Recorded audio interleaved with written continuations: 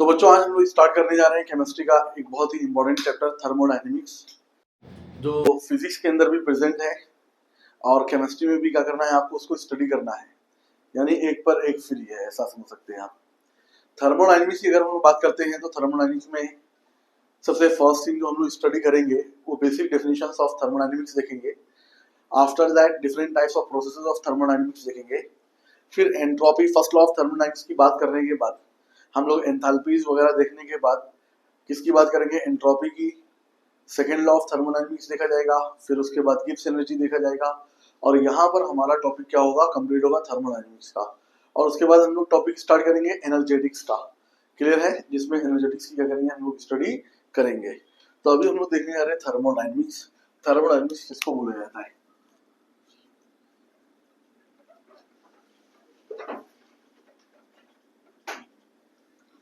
Clear है। तो thermodynamics क्या हो गया, यहाँ पर दो वर्ड है बच्चों थर्मोडायनेमिक्स के अंदर।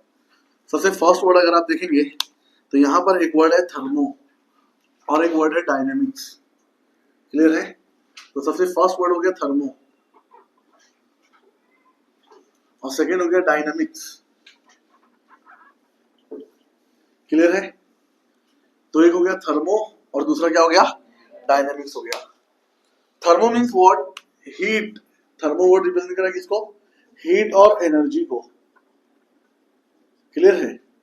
और डायनेमिक्स इसको रिप्रेजेंट कर रहा है फ्लो और मोशन को, फ्लो और मोशन को रिप्रेजेंट कर रहा है। तो इससे हम लोगों को बात समझ में आ गई कि what is the actual meaning of thermodynamics. Thermodynamics का मतलब हो गया फ्लो ऑफ हीट या फ्लो ऑफ एनर्जी, क्लियर कि नहीं क्लियर है। डायनेमिक वर्ड किसके लिए यूज किया जाता है, ऐसा मोशन जो कंटिन्यू होता रहे उसके लिए डायनेमिक वर्ड यूज किया जाता है। अरे क्लियर कि नहीं क्लियर है। तो कंटिन्यू हीट की फ्लो होते रहे या एनर्जी का फ्लो होता रहे, क्लियर है, इसकी स्टडी को क्या बोला जाएगा, थर्मोडायनेमिक्स बोला जाएगा, क्लियर है। अब इसकी डेफिनेशन जब हम लोग देखेंगे तो क्या बोला जाता है, थर्मोडायनेमिक्स क्या है, the branch of physical chemistry which deals with the branch of physical chemistry which deals with the flow of heat or energy or conversion of work done into the heat and energy will be described as the thermodynamics, clear है कि नहीं clear है। क्या हो जाएगी definition, the branch of physical chemistry, the branch of physical chemistry which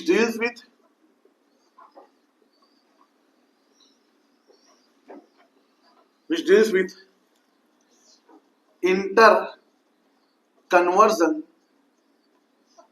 of heat and work done, interconversion of heat and work done or flow of energy between system and surrounding,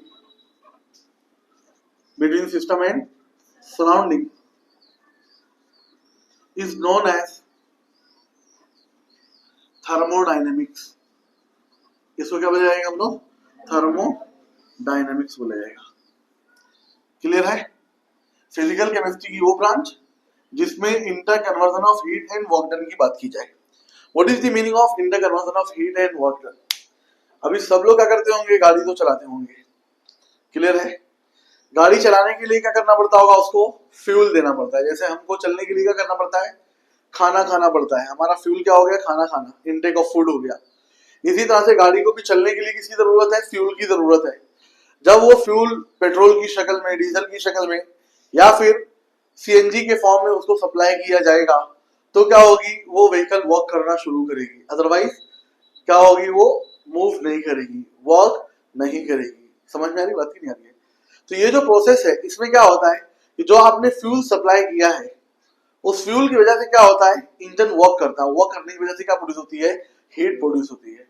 अरे clear की नहीं clear है। तो यानी जो किसी भी vehicle का जो इंजन वर्क कर रहा है वो किस फेनोमेना की बेसिस पे वर्क कर रहा है, थर्मोडायनेमिक्स के, क्लियर है, किसके फेनोमेना की बेसिस पे काम कर रहा है, थर्मोडायनेमिक्स। या रेफ्रिजरेटर की बात कर लीजिए आप, क्लियर है, या एयर कंडीशन की बात कर लीजिए, ये सब में जो फेनोमेना इंप्लीमेंट हो रहा है वो किसका फेनोमेना इंप्लीमेंट हो रहा है, बोलो थर्मोडायनेमिक्स का। अरे क्लियर की नहीं क्लियर है। जिसमें क्या होता है, हीट वर्क में कन्वर्ट होती है, या वर्क किसमें कन्वर्ट होता है, बोलो हीट के अंदर कन्वर्ट हो रहा होता है। अरे क्लियर है। और फ्लो ऑफ एनर्जी क्या होती है, सिस्टम और सराउंडिंग के अंदर फ्लो करते रहती है, या तो सिस्टम से सराउंडिंग में या तो सराउंडिंग से सिस्टम में। क्लियर है। तो इसी को क्या बोला जाता है, थर्मोडायनेमिक्स बोला जाता है। क्या बोला जाता है, थर्मोडायनेमिक्स।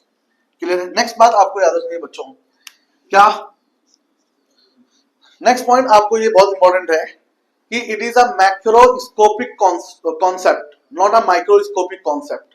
ये मैक्रोस्कोपिक कॉन्सेप्ट है, माइक्रोस्कोपिक कॉन्सेप्ट नहीं है। मैक्रोस्कोपिक मतलब क्या, कि जब भी ये किसी चीज के बारे में बात करेगी तो बल्क में बात किया जाएगा। किसके बारे में बात किया जाएगा, बल्क में। मतलब क्या, मैं बताता हूं आपको। तो हम लिखेंगे it is a macroscopic concept, it is a macroscopic concept.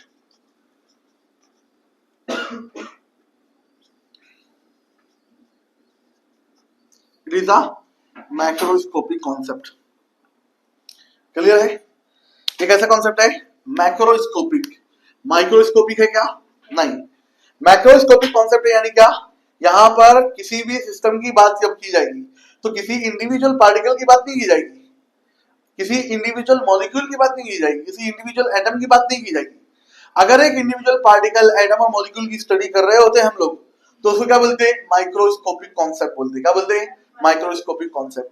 यहां पर पूरे पूरे सिस्टम की एक साथ बात होती है। जैसे टेम्परेचर की बात होगी तो टेम्परेचर ऑफ सिस्टम देखा जाएगा, टेम्परेचर ऑफ एटम और मॉलिक्यूल नहीं देखा जाएगा। पूरे सिस्टम का टेम्परेचर कितना है, पूरे सिस्टम का प्रेशर कितना है, पूरे सिस्टम की एनर्जी कितनी है। अरे क्लियर की नहीं क्लियर है। तो जब बहुत बल्क क्वांटिटीज को एक साथ स्टडी किया जाता है तो इसको क्या बोला जाता है, मैक्रोस्कोपिक बोला जाता है। क्या बोला जाता है, मैक्रोस्कोपिक। तो it is a macroscopic concept, that is, इसका मतलब क्या हुआ, अरे बोलो, इसका मतलब क्या हुआ। तो हम लोग क्या बोलेंगे, the quantities like temperature, the quantities like temperature, pressure, volume, बराबर है, एंथैल्पी, एंट्रोपी। एस मतलब एंट्रोपी होता है, टेम्परेचर, प्रेशर, वॉल्यूम। एच म्हणजे क्या है, एंथैल्पी। एस मतलब क्या, एंट्रोपी। और जी मतलब क्या हो गया, गिव्स एनर्जी। अरे क्लियर है, एक्सेट्रा। क्लियर है। Will be studied, will be studied for whole system, for whole system and not for individual atom और molecule, and not for individual atom और मॉलिक्यूल। अरे बात समझ में आई क्या। इसीलिए माइक्रोस्कोपिक सिस्टम नहीं है, ये क्या है बच्चों, मैक्रोस्कोपिक कॉन्सेप्ट है। इतना बात समझ में आई नहीं, कोई दिक्कत। तो अभी आपको बात समझ में, मैक्रोस्कोपिक का मतलब क्या होता है, जो लार्ज लेवल पर बात करे, बल्क में बात करे, उसके लिए जो कॉन्सेप्ट यूज किया जाता है उसको क्या बोला जाता है, मैक्रोस्कोपिक कॉन्सेप्ट बोला जाता है। क्या बोला जाता है, macroscopic concept. Next important point इसके बारे में ये है कि ये किसके बारे में बताएगा, फिजिबिलिटी ऑफ रिएक्शन के बारे में बताएगा। अरे क्लियर है कि किन कंडीशंस में रिएक्शन होगा और किन कंडीशंस में रिएक्शन नहीं होगा, इसको बताएगा ये under which conditions reaction will take place and under which condition reaction will not take place, but it will not tells anything about the rate of reaction. अरे क्लियर है, यानी ये किसके बारे में बताएगा, अरे बोलो, अकरेंस ऑफ रिएक्शन को एक्सप्लेन करेगा, लेकिन रिएक्शन फास्ट होगा, स्लो होगा, मॉडरेट होगा, कैसा होगा, इसके बारे में ये नहीं बताएगा। इतना बात समझ में नहीं आ रही है, कोई दिक्कत, इतना बात समझ नहीं रही। तो it will tells about feasibility of reaction, but not tells anything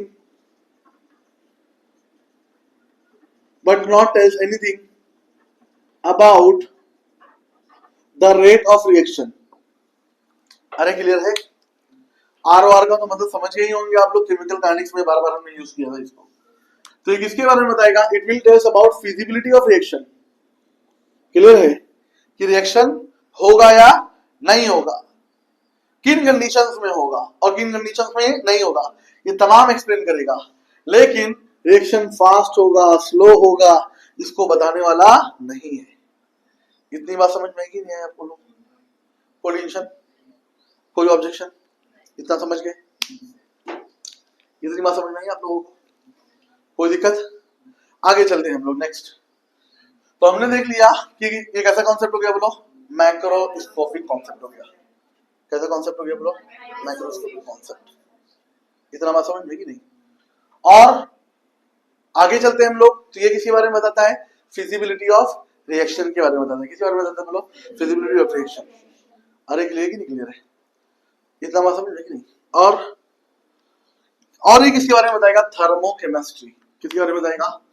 thermochemistry.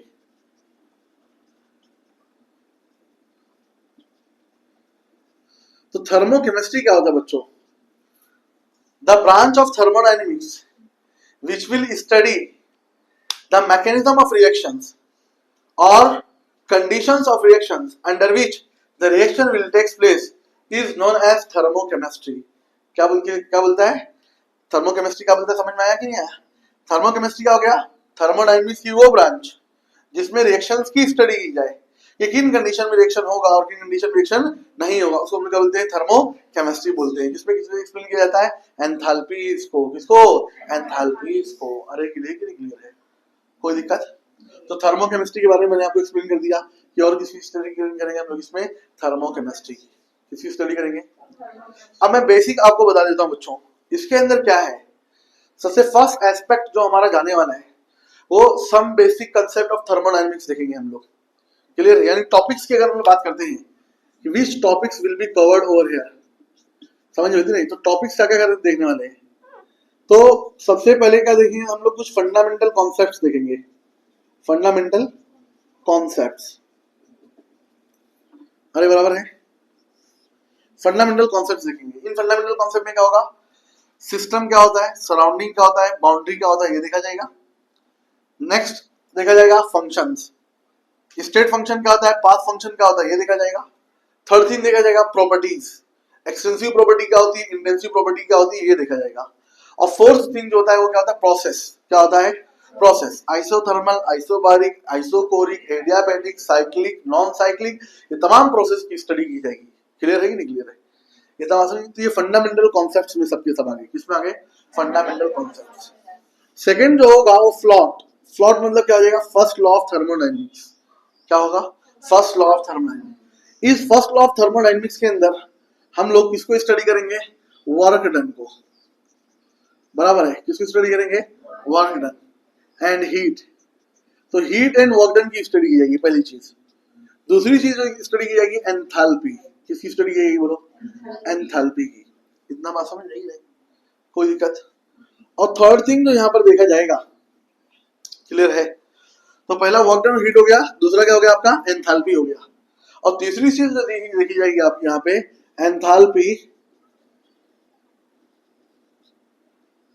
At different conditions. अलग अलग कंडीशन में एंथैल्पी क्या होती है वो यहाँ पर देखा जाएगा। समझ में बात नहीं आ रही है? जैसे एंथैल्पी ऑफ एटोमाइजेशन क्या होता है? क्लियर है? एंथैल्पी ऑफ एटोमाइजेशन क्या होता है? एंथैल्पी ऑफ फेज चेंज, जैसे enthalpy of sublimation, enthalpy of fusion, enthalpy of vaporisation, enthalpy of condensation. तो डिफरेंट टाइप्स के एंथैल्पीज को यहाँ पे स्टडी किया जाएगा। और क्या देखा जाएगा यहाँ पे? हेस लॉ को देखा जाएगा। किसको देखा जाएगा? Hess law of constant heat summation की बात की जाएगी यहाँ पे। ये इतनी चीजें यहाँ पर देखी जाएंगी। ठीक है? नेक्स्ट जो हम लोग देखते हैं आगे, थर्ड टॉपिक जो हमारा वो स्लॉट होगा। स्लॉट मतलब क्या हो गया? Second law of thermodynamics. Second law of thermodynamics में हम लोग क्या देखेंगे यहाँ पे? एंट्रोपी देखेंगे। क्या देखेंगे बोलो? एंट्रोपी। क्लियर की नहीं क्लियर है? एंट्रोपी के बाद हम लोग जो स्टडी करेंगे वो गिब्स एनर्जी। किसकी स्टडी करेंगे बोलो? Gibbs energy.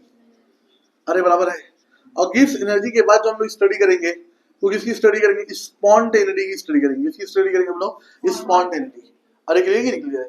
कि अगर रिएक्शन स्पॉन्टेनियस होगा तो उसके लिए क्या कंडीशन होगी, और अगर रिएक्शन नॉन स्पॉन्टेनियस हुआ तो उसके लिए क्या कंडीशन होगी। इन तमाम चीजों की स्टडी यहाँ पर की जाने वाली है। इतना बात समझ में कि नहीं? तो मैदान जंग में उतरने से पहले उसकी तैयारी क्या है? जरूरी है। उसके बारे में जानना जरूरी है कि हमारे मुकाबले में कौन कौन मौजूद है। इसलिए मैंने तमाम टॉपिक्स को आपको बता दिया कि यहाँ पे क्या क्या हमको देखना है। अब हम लोग स्टार्ट करते हैं एक एक टॉपिक का इनकाउंटर करना। ठीक है, तो स्टार्ट करते हैं हम लोग। सम बेसिक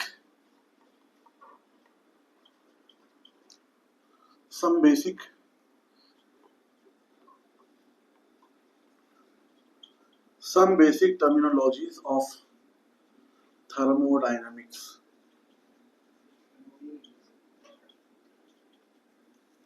ठीक है,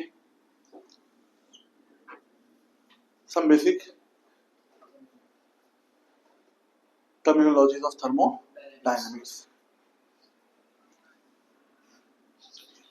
ठीक है, तो इन बेसिक टर्मिनोलॉजीज के अंदर सबसे फर्स्ट देखते हैं हम लोग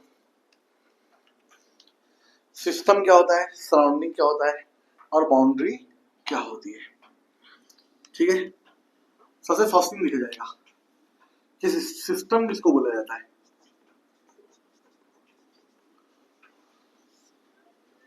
अरे क्लियर, सिस्टम किसको बोला जाता है। तो अभी हम लोग क्या कर रहे हैं, थर्मोडायनेमिक्स की यहाँ पे स्टडी कर रहे हैं कि नहीं कर रहे, इन जनरल मैनर समझ लेते हैं हम लोग। ठीक है, तो हम लोग क्या करते हैं, यहाँ पे थर्मोडायनेमिक्स की स्टडी कर रहे हैं। तो ये प्लेस क्या कहलाएगी, ये हमारी क्लासरूम को हम लोग क्या बोल देंगे, सिस्टम बोल देंगे। इसके अलावा पूरी यूनिवर्स, पूरी कायनात का हिस्सा क्या कहलाएगा, सराउंडिंग। और इस क्लास की जो वॉल्स हैं, जो हमको क्या कर रही है, सराउंडिंग से सेपरेट कर रही है, क्या कहलाएंगी, बाउंड्री। क्या कहलाएंगी, बाउंड्री। क्लियर है, कोई दिक्कत। तो सिस्टम की डेफिनेशन क्या हो जाएगी, मैं डेफिनेशन बोल देता हूं, आप लोग लिख लेना, लिखते नहीं बैठूंगा। सिस्टम क्या हो गया, the part of universe selected for study of thermodynamic properties will be considered as a system. पूरी कायनात का वो हिस्सा जो थर्मोडायनेमिक प्रॉपर्टीज की स्टडी के लिए सिलेक्ट किया गया हो, उसको क्या बोला जाएगा, सिस्टम बोला जाएगा। दूसरा देखते हैं हम लोग, सराउंडिंग। नेक्स्ट क्या हो जाएगा, सराउंडिंग। सराउंडिंग क्या होता है, ठीक है। और सराउंडिंग के बाद थर्ड क्या हो जाएगा, बाउंड्री। के बाउंड्री किसको बोलेंगे हम लोग, समझ में नहीं। तो सिस्टम क्या हो गया, the whole part of the universe selected for the study of thermodynamic properties will be considered as the system. Clear है। इसके बाद हम लोग आगे देखते हैं कि सराउंडिंग किसको बोला जाएगा, the whole part of the universe except system will be considered as the surrounding. System को छोड़ के पूरे यूनिवर्स का जो भी हिस्सा बचा उसको क्या बोला जाएगा, सराउंडिंग बोला जाएगा। अरे क्लियर कि नहीं क्लियर है। फिर आ गया बाउंड्री आ गया, the surface which will separate system from the surrounding will be considered as the boundary. अरे क्लियर कि नहीं क्लियर, ऐसा सरफेस जो क्या करेगा, सिस्टम को सेपरेट करेगा किससे, सराउंडिंग से, उसको क्या बोला जाएगा, बाउंड्री बोला जाएगा। अरे क्लियर है, इतनी बात समझ में आई।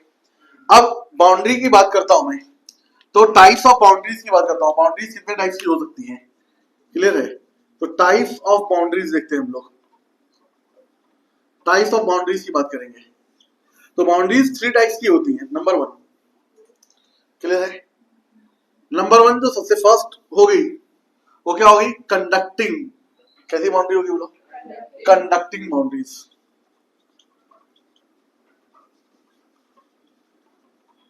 अरे क्लियर है। तो कंडक्टिंग बाउंड्रीज में क्या देखा जाएगा, अरे बोलो, ऐसी बाउंड्रीज जिसके थ्रू हीट का, एनर्जी का फ्लो हो सके, उसको क्या बोलेंगे हम लोग, कंडक्टिंग बाउंड्रीज। अरे बराबर है कि बराबर है। दूसरा क्या हो जाएगा, नॉन कंडक्टिंग, बराबर है, नॉन कंडक्टिंग। और इंसुलेटेड बाउंड्रीज। अरे समझ नहीं बता नहीं, कोई दिक्कत। तो ऐसी बाउंड्रीज जिसके थ्रू हीट, एनर्जी किसी का भी फ्लो ना हो सके, उसको क्या बोला जाएगा, नॉन कंडक्टिंग बाउंड्रीज और इंसुलेटेड बाउंड्रीज बोला जाएगा। और थर्ड क्या हो गया, इमेजिनरी। क्या हो गया बोलो, इमेजिनरी। अरे बराबर है, इमेजिनरी बाउंड्रीज, यानी वहां पे एक्चुअल में तो कोई बाउंड्री मौजूद नहीं है, लेकिन हम लोग क्या कर रहे हैं, सिर्फ इमेजिन कर रहे हैं, तो ऐसी बाउंड्री को कौन सी बाउंड्री बोला जाएगा? बोलो, इमेजिनरी बाउंड्री बोला जाएगा। क्या बोला जाएगा? Imaginary boundary. इतनी बात समझ में आई क्या? कोई टेंशन, कोई ऑब्जेक्शन? इतना बात समझ में आई? तो सबसे फर्स्ट ये देख लिया हम लोगों ने, कोई दिक्कत? सिस्टम देख लिया, सराउंडिंग देख लिया, आपने देख लिया, बाउंड्री देख लिया। कंसीडर करो कि एक बीकर है, एक वेसल है, उसके अंदर केमिकल रिएक्शन हो रहा है, तो all the constituent particles which are present inside the vessel will constitute system. वो क्या बनाएंगे? सिस्टम बनाएंगे। अरे क्लियर कि नहीं क्लियर है? and the whole medium which is present outside the vessel will be considered as the surrounding, and the surface of the vessel which separates the system from the surrounding will be considered as the boundary. अरे बराबर की बराबर है, क्या बोलेगा उसको? Boundary बोलेगा। कोई दिक्कत? इतनी बात समझ में आएगी नहीं? अरे बोलो, इतना समझ में आएगी नहीं? बाउंड्री में ओ के बाद यू लगा लेना। समझ में आएगी नहीं आया? चलो ठीक है, आगे चलते हैं हम लोग। कोई दिक्कत? अब आगे चलते हैं। नेक्स्ट आता है हमारा, नेक्स्ट आगे प्रोसीड करते हैं। तो क्या आता है? Types of function. क्या आता है? Types of function. अब हम लोग खरामा खरामा कहाँ है? खरामा खरामा मतलब धीरे धीरे अपने मंजिल की तरफ हम लोग क्या है? रामा धामा है। अरे समझ में आ रही बात ही नहीं आ रही है? यानी धीरे धीरे हम लोग क्या हो रहा है? टॉपिक की तरफ बढ़ते चले जा रहे हैं। टाइप्स ऑफ फंक्शन देखते हैं हम लोग। फंक्शन दो तरह का होता है। कितने तरह का होता है? दो तरह का। होता है to types of functions. Clear है? एक होता है स्टेट फंक्शन। क्या होता है बच्चों? स्टेट फंक्शन होता है। अरे क्लियर है? और दूसरा होता है पाथ फंक्शन। क्या होता है? स्टेट फंक्शन किसको बोलेंगे? देखो, आप क्वेश्चन फ्रेम होना शुरू हो जाएगा आपको। इतना बात समझ में नहीं आ रही आपको? मेरी बात समझ रहे हैं आप लोग? स्टेट फंक्शन और पाथ फंक्शन की बात कर दिया मैंने। अब यहाँ से पिक्चर क्या हो जाएगी? सीधा स्टार्ट हो जाएगी। कोई दिक्कत? अच्छा, इससे पहले मैं आपको थोड़ा एक्सप्लेन कर देता हूँ कि सिस्टम मैंने बता दिया, सिस्टम हो गया, सराउंडिंग हो गया, बाउंड्री हो गया, ये सब बता दिया मैंने आपको। बराबर है? इसके बाद क्या होता है? इसके बाद देखा जाता है टाइप्स ऑफ सिस्टम। क्या देखा जाता है? Types of system. क्लियर है? इसको हम लोग थोड़ा पोस्टपोन करते हैं, बाद में देखते हैं। क्लियर है? अभी एडी लिखते हैं types of system. Types of system. चलाचल मुसाफिर सवेरे सवेरे, अजाइम की कुव्वत को बेदार करके। समझ में होती नहीं? टाइप्स ऑफ सिस्टम की बात करते हैं तो there are 3 types of system. कितने टाइप के सिस्टम है? 3 टाइप्स ऑफ सिस्टम है। इतना बात समझ में नहीं? There are 3 types of system. System 3 तरह के हो गए। अरे क्लियर है? एक क्या हो गया? Open system. दूसरा क्या हो गया? Closed system. और तीसरा क्या हो गया? Isolated system. Open system, close system और आइसोलेटेड सिस्टम। इतना देखते हैं लोग।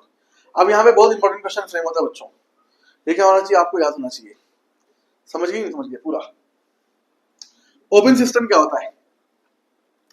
The system which can exchange both energy and matter with the surrounding. ऐसा सिस्टम जो एनर्जी और मैटर दोनों सराउंडिंग के साथ क्या कर सके? एक्सचेंज कर सके। उसको हम लोग कौन सा सिस्टम बोलेंगे? Open system. अरे बराबर की बराबर है? कोई दिक्कत? तो क्या लिखूंगा मैं? Can exchange, can exchange both energy, बराबर है, एज वेल एज, अरे बोलो, as well as matter with surrounding. अरे समझा क्या? वर्डिंग फॉर्म में लिख दिया मैं चाह रहा हूँ सिर्फ सिंबॉलिक फॉर्म में लिखता। कैसा? Energy plus matter. बाकी आप लोग समझ के ले लेते। अरे समझ में आया क्या? कोई दिक्कत? लेकिन आपको कोई दिक्कत ना हो इसलिए मैंने पूरा छाप दिया। आपको एग्जाम में ऐसे छाप के आ जाना है। ओपन सिस्टम क्या हो गया? The system which can exchange both energy as well as matter with the surrounding. उसको हम लोग कौन सा सिस्टम बोलेंगे? Open system. आप बताइए, अगर मैटर भी एक्सचेंज हो रहा है सराउंडिंग के साथ तो amount of mass, amount of matter वो कांस्टेंट रहेगा क्या? नहीं, वो क्या होते रहेगा? डिक्रीज होते रहेगा। अरे बराबर है? The amount of matter decrease हो रहा है यानी मास कम हो रहा है तो डेंसिटी क्या हो जाएगी, कम हो जाएगी। डेंसिटी का फॉर्मूला क्या होता है, मास अपॉन वॉल्यूम। अरे क्लियर की नहीं क्लियर है, कोई दिक्कत समझ में नहीं। तो मास क्या होगा, इंक्रीज होगा डिक्रीज होगा, इंक्रीज भी हो सकता है और डिक्रीज भी हो सकता है, डिपेंड करता है कि आ रहा है या जा रहा है। अरे समझ में आया कि नहीं, कौन आ रहा है जा रहा है, मास या मैटर। अरे बराबर, मैटर आ रहा है या जा रहा है, कोई दिक्कत, इतना बात समझ में ही नहीं। तो can exchange both energy as well as matter with the surrounding. अरे बराबर है, तो मैं सीधा यहाँ पे लिख दूं क्या, अरे बोलो डेंसिटी क्या हो जाएगी, चेंज हो जाएगी या सेम रहेगी, चेंज हो जाएगी। अरे बराबर है, तो यहाँ पर क्या होगा, चेंज इन डेंसिटी। क्या होगा बच्चों, चेंज इन डेंसिटी। डेंसिटी क्या होगी, चेंज होगी, क्योंकि मास क्या हो रहा है, चेंज हो रहा है। अरे बोलो ना भाई, समझ में आया क्या आप लोगों को। आगे चलते हैं हम लोग, नेक्स्ट एग्जांपल्स देखते हैं। क्या देखते हैं अभी, एग्जांपल्स की बात करता हूं मैं।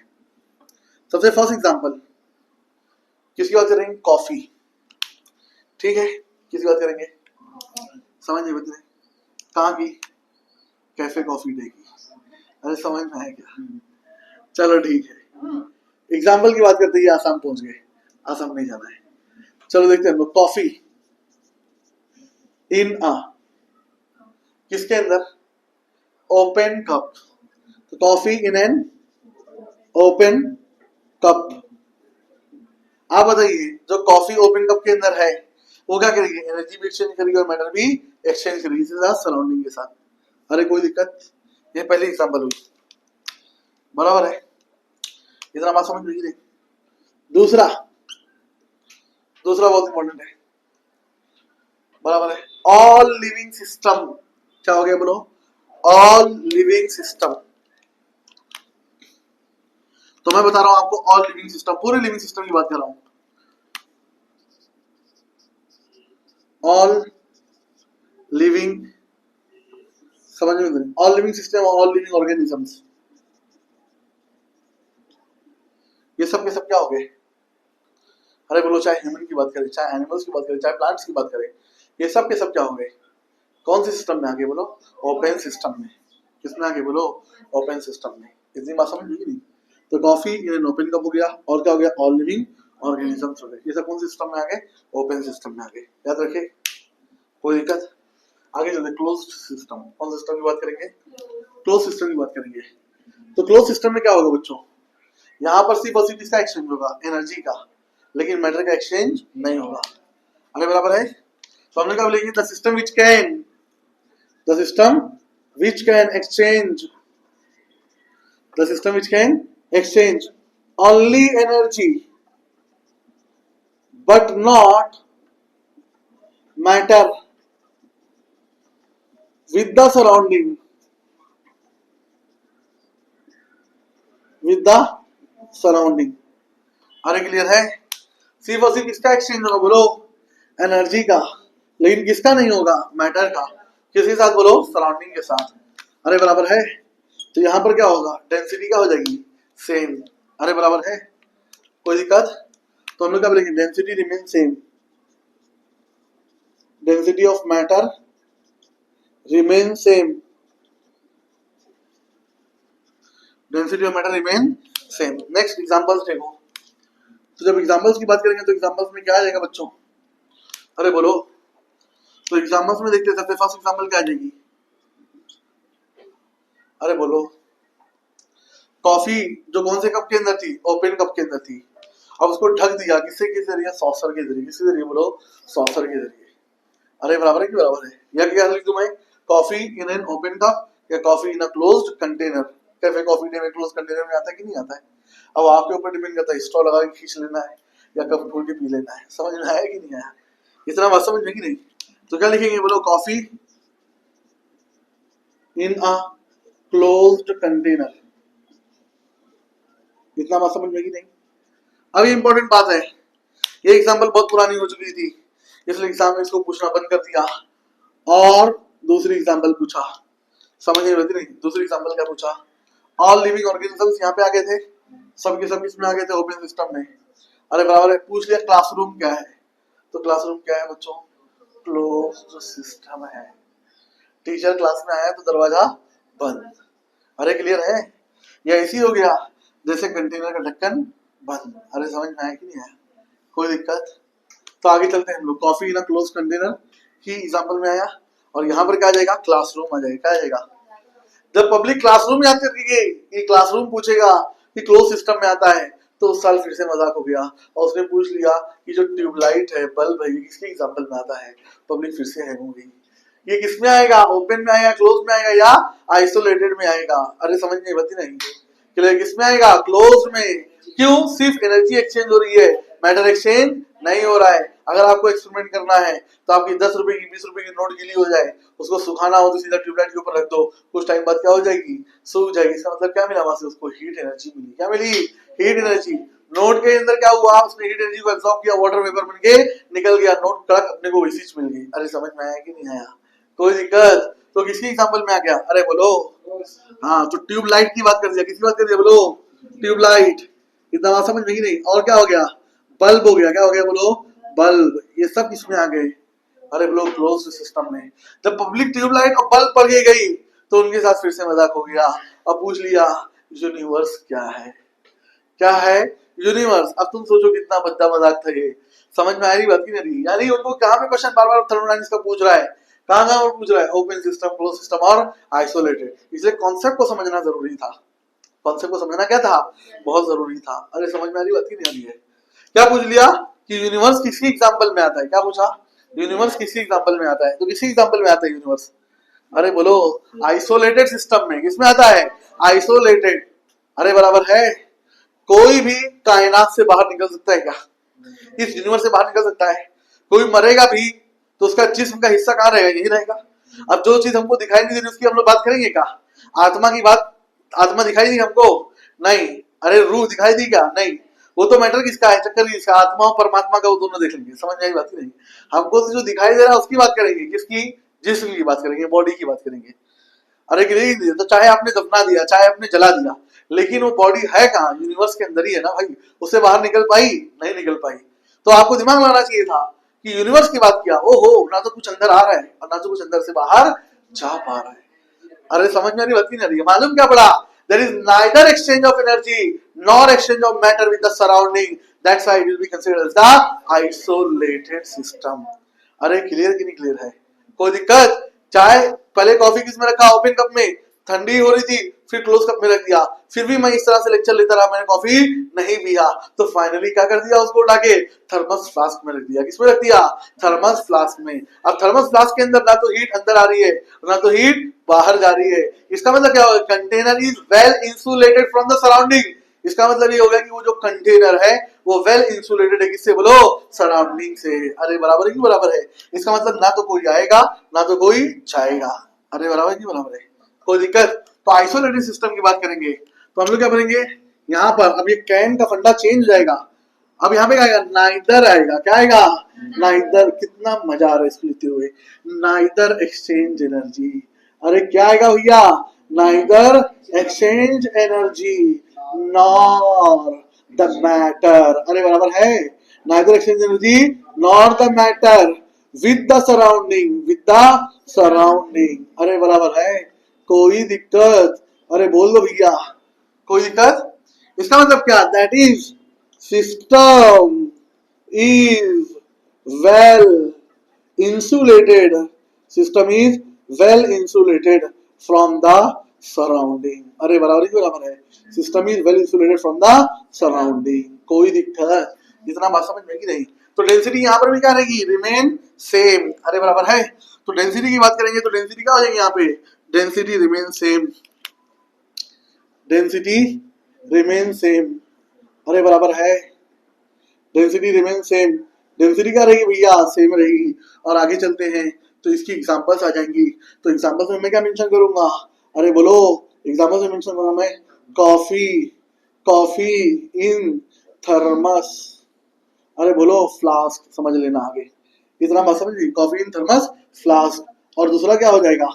अरे बोलो यूनिवर्स हो जाएगा। क्या हो जाएगा? बोलो यूनिवर्स। ये यूनिवर्स, ये कायनात किसमें आ गई? अरे बोलो आइसोलेटेड सिस्टम में। समझ में आया क्या? कोई दिक्कत नहीं है। और यहाँ पर क्या गई? हमारी एग्जांपल्स आ गई। कोई दिक्कत? तो बीच में एक डायलॉग बहुत ज्यादा चला था, सिस्टम फाड़ के रख देंगे। समझ में आया कि नहीं आया? एक बंदा बार बार चिल्लाकर बोल रहा था। समझ में आ रही बात की नहीं आ रही है? लेकिन उसको मालूम नहीं था कि सिस्टम होता क्या है। क्यों नहीं मालूम था? क्योंकि वो कॉमर्स का स्टूडेंट था। अरे समझ में आएगी नहीं आया? अगर वो साइंस का स्टूडेंट होता तो कभी वो बोलता कि सिस्टम फाड़ के रख देंगे। क्यों? क्योंकि वो खुद सिस्टम में एग्जिस्ट कर रहा था। अगर सिस्टम को फाड़ता तो खुद फट जाता। अरे समझ में आ रही बात ही नहीं आ रही है? क्लियर है कि नहीं क्लियर है? इतनी बात समझ में आएगी? तो क्या देखा हम लोगों ने? ओपन सिस्टम, क्लोज सिस्टम और आइसोलेटेड सिस्टम। तो पहले साल क्या पूछा? ओपन सिस्टम के एग्जांपल कि तुम क्या हो। बच्चे ने दो मरतबा क्वेश्चन पूछा, मैं क्या हूं? ये तो फिलोसफी का क्वेश्चन लग रहा है, मैं तो साइंस का स्टूडेंट हूँ। ये तो आर्ट्स वाले को पूछना चाहिए था। फिर से क्वेश्चन ने चिल्ला कर बोला, अरे बेवकूफ, थर्मोडायनेमिक्स में पूछ रहा है तुमसे कि तुम क्या हो। समझ नहीं बती नहीं? तुम लिविंग हो ना, तो किसमें आओगे? ओपन सिस्टम में। जो ट्यूबलाइट होगी, बल्ब होगी, क्लासरूम हो गई। समझ में आया? क्लासरूम मैंने नहीं लिखा, लेकिन समझ के ले लेना। समझ में आया? ये सब किसमें आगे बोलो? क्लोज सिस्टम में। और यूनिवर्स, पूरी कायनात किसमें आगे बोलो? आइसोलेटेड सिस्टम में। इतना बात समझ में नहीं? तो मैं आपसे पूछता हूँ, अर्थ जो है वो कौन सी है? वो किसमें आएगी? अर्थ ओपन में, क्लोज में, आइसोलेटेड में किसमें आएगी? सोचो सोचो सोचो, सोच कर बताना मुझे। समझने में नहीं? अर्थ किसमें आएगा ये सोचकर बताना। तो मैंने आप लोगों से पूछा कि भाई अर्थ जो है वो ओपन सिस्टम में, क्लोज सिस्टम में, आइसोलेटेड सिस्टम में किसमें आएगी, ये आपको बताना है। क्लियर है? आप इसके लिए कमेंट करने की सहमत करें। दूसरी बात, आप क्या करें ये भी बताइए। Satellite revolving in an orbit, एक सैटेलाइट है जो ऑर्बिट में रिवॉल्व कर रही है। समझ में आई बात ही नहीं? ये कौन सा सिस्टम हो गया? ओपन सिस्टम हो गया, क्लोज सिस्टम हो गया, या आइसोलेटेड सिस्टम हो गया? इसी तरह से कोई बंदा अपनी हायाबुसा वाली स्कूटी के ऊपर जा रहा है, तो उसकी एक्टिवा जो है वो किसमें आ गई है? ओपन सिस्टम, क्लोज सिस्टम, या आइसोलेटेड सिस्टम में? ये तीन का क्वेश्चन मुझे, तीन क्वेश्चन के आंसर मुझे बताइए आप। अभी आगे चलते हैं, हम लोग टाइप ऑफ फंक्शंस की बात करते हैं। किसकी बात करते हैं? बोलो, टाइप्स ऑफ फंक्शन। तो नेक्स्ट आता है हमारा types of function.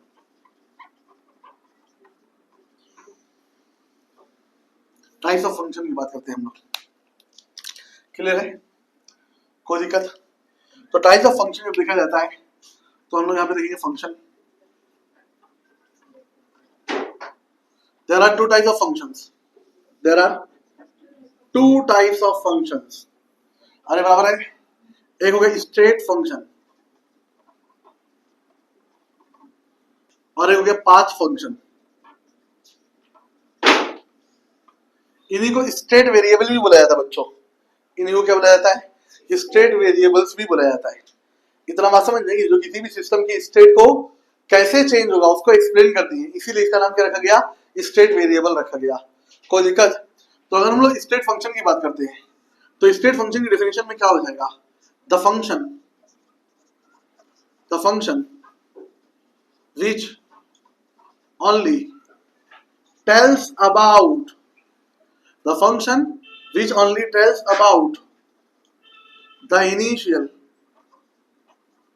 and final state of a system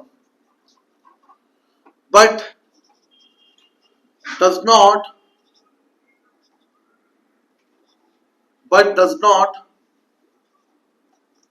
explains the path and mechanism followed to reach that state, is called as a state function. तो ऐसा फंक्शन जो आपको किसके बारे में बताया? सिर्फ और सिर्फ, अरे बोलो, इनिशियल और फाइनल स्टेट के बारे में बताया। The function which only tells about the initial and final state of a system but does not explains the path and mechanism follow to reach that state. अरे बराबर है कि बराबर है? जैसे मैं एग्जांपल देता हूँ, फॉर एग्जांपल आपको, मैं आइस फ्रीजर में से निकाल के रखा तो आइस क्या होगा? मेल्ट हो जाएगा और क्या बना देगा? लिक्विड बना देगा। अरे बराबर, पहले सॉलिड स्टेट में था, मेल्ट होगी, क्या बना दिया? लिक्विड। बहुत सारे लोग बोलते वाटर बना देगा। आइस जब था पहले भी वाटर था, बाद में भी वाटर है। वेपर बनेगा तो भी वाटर ही रहेगा वो। अरे समझ में आई बात ही नहीं? स्टेट की बात करेंगे हम लोग। तो जब फ्रीजर में से निकाला तो कौन सी स्टेट में था? सॉलिड। कुछ टाइम बाद मेल्ट होगी, क्या बना देगा? लिक्विड। और गर्म कर दिया तो क्या बना देगा? वेपर। अब हम लोग ये बोल रहे हैं कि सॉलिड से लिक्विड बना, तो इनिशियल स्टेट क्या थी? सॉलिड। फाइनल स्टेट क्या थी? लिक्विड। दैट्स इट, खत्म बात। अरे बराबर की बराबर। स्टेट फंक्शन जो है सिर्फ और सिर्फ इनिशियल और फाइनल स्टेट की बात करेगा कि शुरू में वो सॉलिड स्टेट में है और लास्ट में वो कौन सी स्टेट में है? लिक्विड स्टेट में है। लेकिन सॉलिड से लिक्विड में कैसे कन्वर्ट हुआ, क्या मैकेनिज्म फॉलो किया, कितना टेम्परेचर लगा, कितना हीट एब्सॉर्ब किया, कितना एनर्जी रिलीज किया, ये तमाम चीजों की बात नहीं होगी, यानी मैकेनिज्म की बात नहीं होगी। जो सिर्फ और सिर्फ इनिशियल और फाइनल स्टेट के बारे में बताए, मैकेनिज्म और पाथ के बारे में ना बताए, उसको हम लोग कौन सा फंक्शन बोलते हैं? बोलो, स्टेट फंक्शन बोलते हैं। क्या बोलते हैं? बोलो, स्टेट फंक्शन। इतना बात समझ में ही नहीं। और इन स्टेट फंक्शंस के अंदर बच्चों कौन कौन आ जाएगा? तो इन स्टेट फंक्शन के अंदर हम लोग एग्जांपल लिखते हैं, समझ में गई? तो ये एग्जांपल हो गया, क्या एग्जांपल हो गया? T for temperature, P for pressure, V for volume. आगे की नहीं, आइडियल गैस इक्वेशन क्या होती है? PV equal to nRT। तीन चीजों की बात होती है, टेम्परेचर, प्रेशर और वॉल्यूम। कुछ याद आया? T टेम्परेचर कांस्टेंट होगा तो कौन सा लॉ होता है? Boyle's law. प्रेशर कांस्टेंट होता है कौन सा लॉ होता है? Charles law. और वॉल्यूम कांस्टेंट होता है कौन सा लॉ होता है? गेल-लुसाक्स लॉ। और तीनों को मिला के जो लॉ बनता है उसको क्या बोलते हैं? अवोगाड्रोस लॉ। अरे क्लियर है कि नहीं क्लियर है? चलो ठीक है, मैं चर्चा में ज्यादा लंबा नहीं जाऊंगा। T फॉर टेम्परेचर हो गया, P फॉर प्रेशर हो गया, V फॉर क्या हो गया? वॉल्यूम हो गया। अरे बराबर है। H फॉर क्या हो गया? एंथैल्पी हो गया। H फॉर क्या हो गया? एंथैल्पी। U म्हणजे काय? Internal energy. U मतलब क्या हो गया? Internal energy. और S मतलब क्या हो गया? गिव्स। S मतलब क्या हो गया? एंट्रोपी। और G मतलब क्या हो गया? Gives energy. Temperature, pressure, volume. और H for enthalpy, U for internal energy, S मतलब एंट्रोपी, और G मतलब क्या हो गया? गिव्स एनर्जी हो गया। ये सब के सब कौन से फंक्शन हो गए बच्चों? State function. अरे बोलो ना भाई, कौन से फंक्शन? State function. अरे क्लियर नहीं क्लियर है? कोई दिक्कत? तो ऐसी physical quantity, all the physical quantities which will only tells about the initial and final state of the system but does not tells anything about the mechanism and path followed to reach that state will be considered as a state function। अगर आगे चलते हैं हम लोग तो क्या मिलता है हम लोगों को? Path function. क्या मिलता है बच्चों? Path function. तो पाथ फंक्शन की बात की तो पाथ फंक्शन में क्या देखा जाता है? तो ऐसा ऐसा फंक्शन जो किसके बारे में बताए? इनिशियल और फाइनल स्टेट के साथ साथ मैकेनिज्म और पाथ को भी एक्सप्लेन करे तो उसको क्या बोला जाएगा? पाथ फंक्शन बोला जाएगा। अरे क्लियर नहीं क्लियर है? तो हम लोग क्या बोलेंगे? The function which explains the function which explains। अरे बराबर की बराबर है। the function which explains mechanism and path followed to reach that state along with initial and final state of the system बराबर है will be referred as। अरे बोलो क्या बोला जाएगा? पाथ फंक्शन बोला जाएगा। क्या बोला जाएगा? Path function. कितना समझ में आई बात? The function which explains the mechanism and path followed to reach that state along with the initial and final state of the system will be referred as the path function। अरे clear है? तो क्या explain करेगा? Mechanism और path को भी explain करेगा। किसके साथ साथ? इनिशियल और final state of the system के साथ साथ। तो क्या बोलेगा? इसको बोलो पाथ फंक्शन बोलेगा। अब यहाँ पे जो एग्जांपल आ गई बच्चों, ये दो चीजें हैं जो कि बहुत ज्यादा इंपॉर्टेंट है, वो आपको मालूम होना चाहिए। एक क्या हो गया? Work done. क्या हो गया? बोलो, वर्क डन हो गया आपका। वर्क डन W हो गया। इतना बात समझ में कि नहीं? और दूसरा क्या हो गया? हीट हो गया। वर्क डन एंड हीट, जिसको मैं इस पूरे चैप्टर में किससे रिलेट करूंगा? Q से। किसे रिलेट करूंगा? बोलो Q से। तो वर्क डन और हीट, ये दोनों के दोनों कौन सा हो गए? अरे बोलो, पाथ फंक्शन हो गए। बाकी सब के सब temperature, pressure, volume, enthalpy, internal energy, gives entropy, gives energy etcetera, ये सब के सब किसको बताएंगे? अरे बोलो ना भाई, स्टेट फंक्शन को। किसको बताएंगे? State function. इतनी बात समझ में आई? तो टाइप्स ऑफ फंक्शन देख लिया। टाइप्स ऑफ फंक्शन देखने के बाद बच्चों हम लोग टाइप्स ऑफ प्रॉपर्टीज देखते हैं। क्या देखते हैं? बोलो, types of properties. There are two types of properties. Clear है? तो टाइप्स ऑफ प्रॉपर्टीज की तरफ चलते हैं हम लोग। Types of properties. अरे क्लियर है? तो टाइप्स ऑफ प्रॉपर्टीज की बात करते हैं हम लोग। तो प्रॉपर्टीज में क्या देखते हैं हम लोग? टाइप्स ऑफ प्रॉपर्टीज की बात करते हैं, प्रॉपर्टीज में क्या आ जाएगा? There are two types of properties, there are two types of properties. एक क्या हो गया? Extensive property. एक क्या होती है? एक्सटेंसिव प्रॉपर्टी, और समझ में आया? दूसरी होती है इंटेंसिव प्रॉपर्टी, है ना? तलोजा में प्रॉपर्टी मेरे ऐसा नहीं चलेगा। अरे क्लियर है क्या? एक क्या हो गया? एक्सटेंसिव, और एक क्या हो गया बोलो? इंटेंसिव। अब देखो किसको बोलते हैं एक्सटेंसिव, मतलब क्या? The property which depends on the amount of matter will be considered as the extensive property. ऐसी प्रॉपर्टी जो अमाउंट ऑफ मैटर के ऊपर डिपेंड करेगी, मास के ऊपर डिपेंड करेगी, उसको हम लोग कौन सी प्रॉपर्टी बोलेंगे? एक्सटेंसिव। और ऐसी प्रॉपर्टी जो अमाउंट ऑफ मैटर के ऊपर डिपेंड ना करे, उसको क्या बोलते हैं हम लोग? Intensive property. कौन सी प्रॉपर्टी बोलते हैं बच्चों? क्लियर की नहीं क्लियर है? तो एक्सटेंसिव प्रॉपर्टी की बात करूंगा मैं, तो क्या हो जाएगा? द प्रॉपर्टी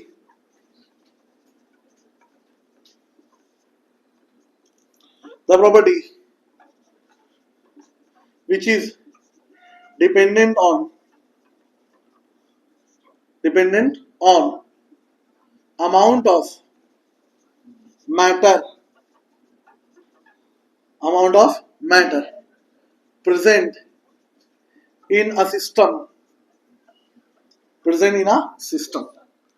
अरे क्लियर है? तो ऐसी प्रॉपर्टी जो अमाउंट ऑफ मैटर के ऊपर डिपेंड करेगी, उसको हम क्या बोलेंगे? Extensive property. और ऐसी प्रॉपर्टी जो अमाउंट ऑफ मैटर के ऊपर क्या होगी? इंडिपेंडेंट होगी। तो इंडिपेंडेंट ऑन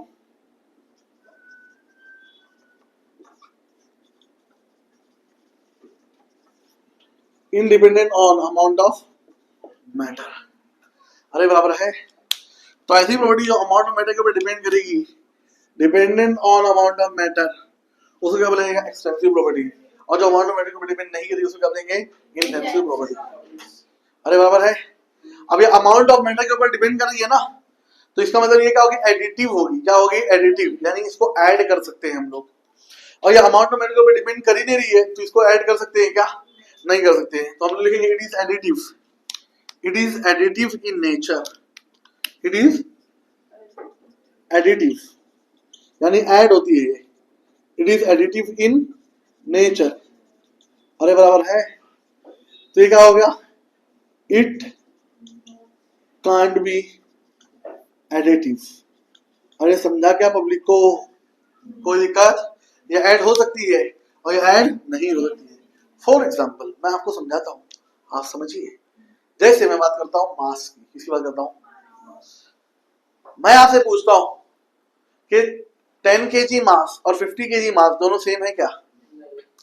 अरे बोलो। अगर मैं वेट यानी गेहूं लेने के लिए गया, बराबर है, बनी के यहाँ से, मैंने बोला कि भाई क्या करो, मुझे 10 kg वेट दे दो।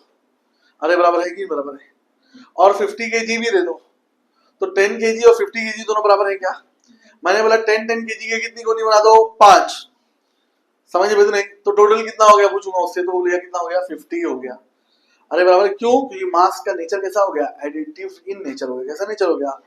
तो बताओ मास कौन सी प्रॉपर्टी हुई? एक्सटेंसिव या इंटेंसिव हुई? एक्सटेंसिव। क्यों? वो अमाउंट ऑफ मैटर के ऊपर क्या कर रही है? डिपेंड कर रही है। अरे समझ में बच्ची नहीं? जो अमाउंट ऑफ मैटर के ऊपर डिपेंड नहीं करेगी, उसको हम लोग कौन सी प्रॉपर्टी बोलेंगे? बोलो इंटेंसिव। इतना बात समझ में आ रही है क्या आपको? अरे बोलो ना भाई। अब जैसे मैं एग्जांपल बताता हूँ, एग्जांपल बहुत इंपॉर्टेंट है। एग्जांपल बहुत इंपॉर्टेंट है। देखो मेरे भाई, यहाँ पे एग्जांपल बहुत इंपॉर्टेंट है। एग्जांपल याद रखने का एक तरीका है। अब एग्जाम में मजे ले लेगा, तुम्हारे एग्जाम में मजे ले लेगा, और बच्चा बेकरार होकर रोता है एग्जाम में। समझ में? ऐसी ऐसी जगह से दर्द उठता है कि कोई हिसाब नहीं।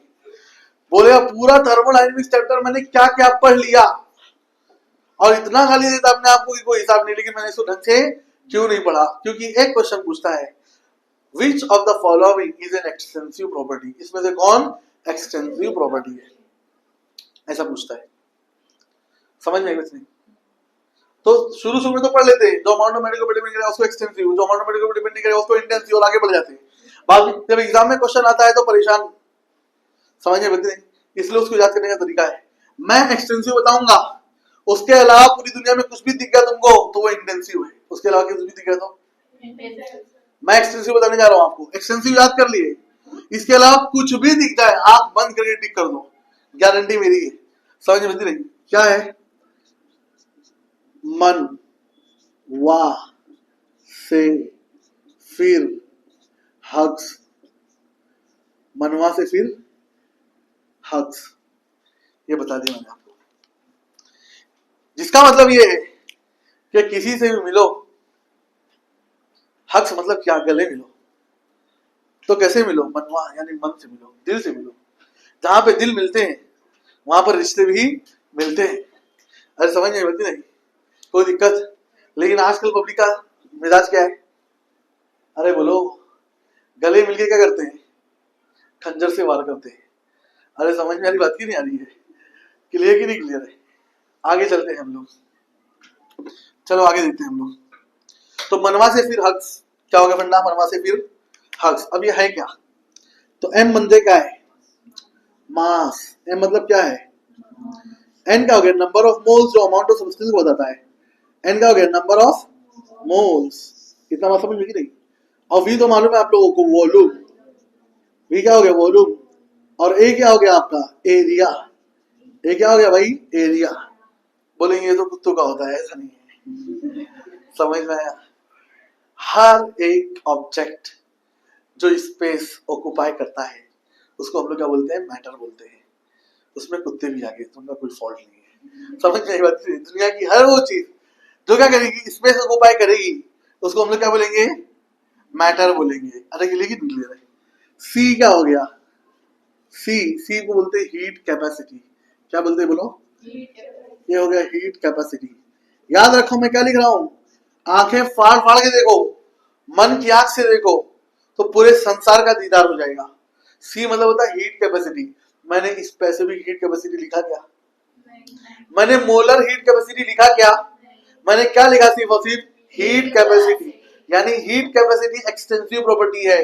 इसके अलावा जो मैंने बोला वो सब के सब क्या है, इंटेंसिव। स्पेसिफिक हीट कैपेसिटी बोल दिया तो इंटेंसिव, मोलर हीट कैपेसिटी बोल दिया तो इंटेंसिव। समझ में आ रही बात मेरी। चलू मैं आगे। एफ फॉर फिश अपने को टीचर ने पढ़ाया था, लेकिन यहां मैं बताता हूं। एफ मतलब है फोर्स, एफ मतलब क्या है, इतना समझ नहीं बची रहे। अरे बोलो ना मेरे भाई, नहीं बताएंगे। इसके बाद एच, तो एच मतलब है एंथैल्पी। एच मतलब क्या हो गया, एंथैल्पी। मुझे ऐसा वर्टिकल पैटर्न में लिखना चाहिए था, लेकिन अब चलो जो हो गया वो हो गया। एच मतलब क्या है बोलो, एंथैल्पी। समझ में नहीं। यू मतलब है इंटरनल एनर्जी। कौन सी एनर्जी बोलो,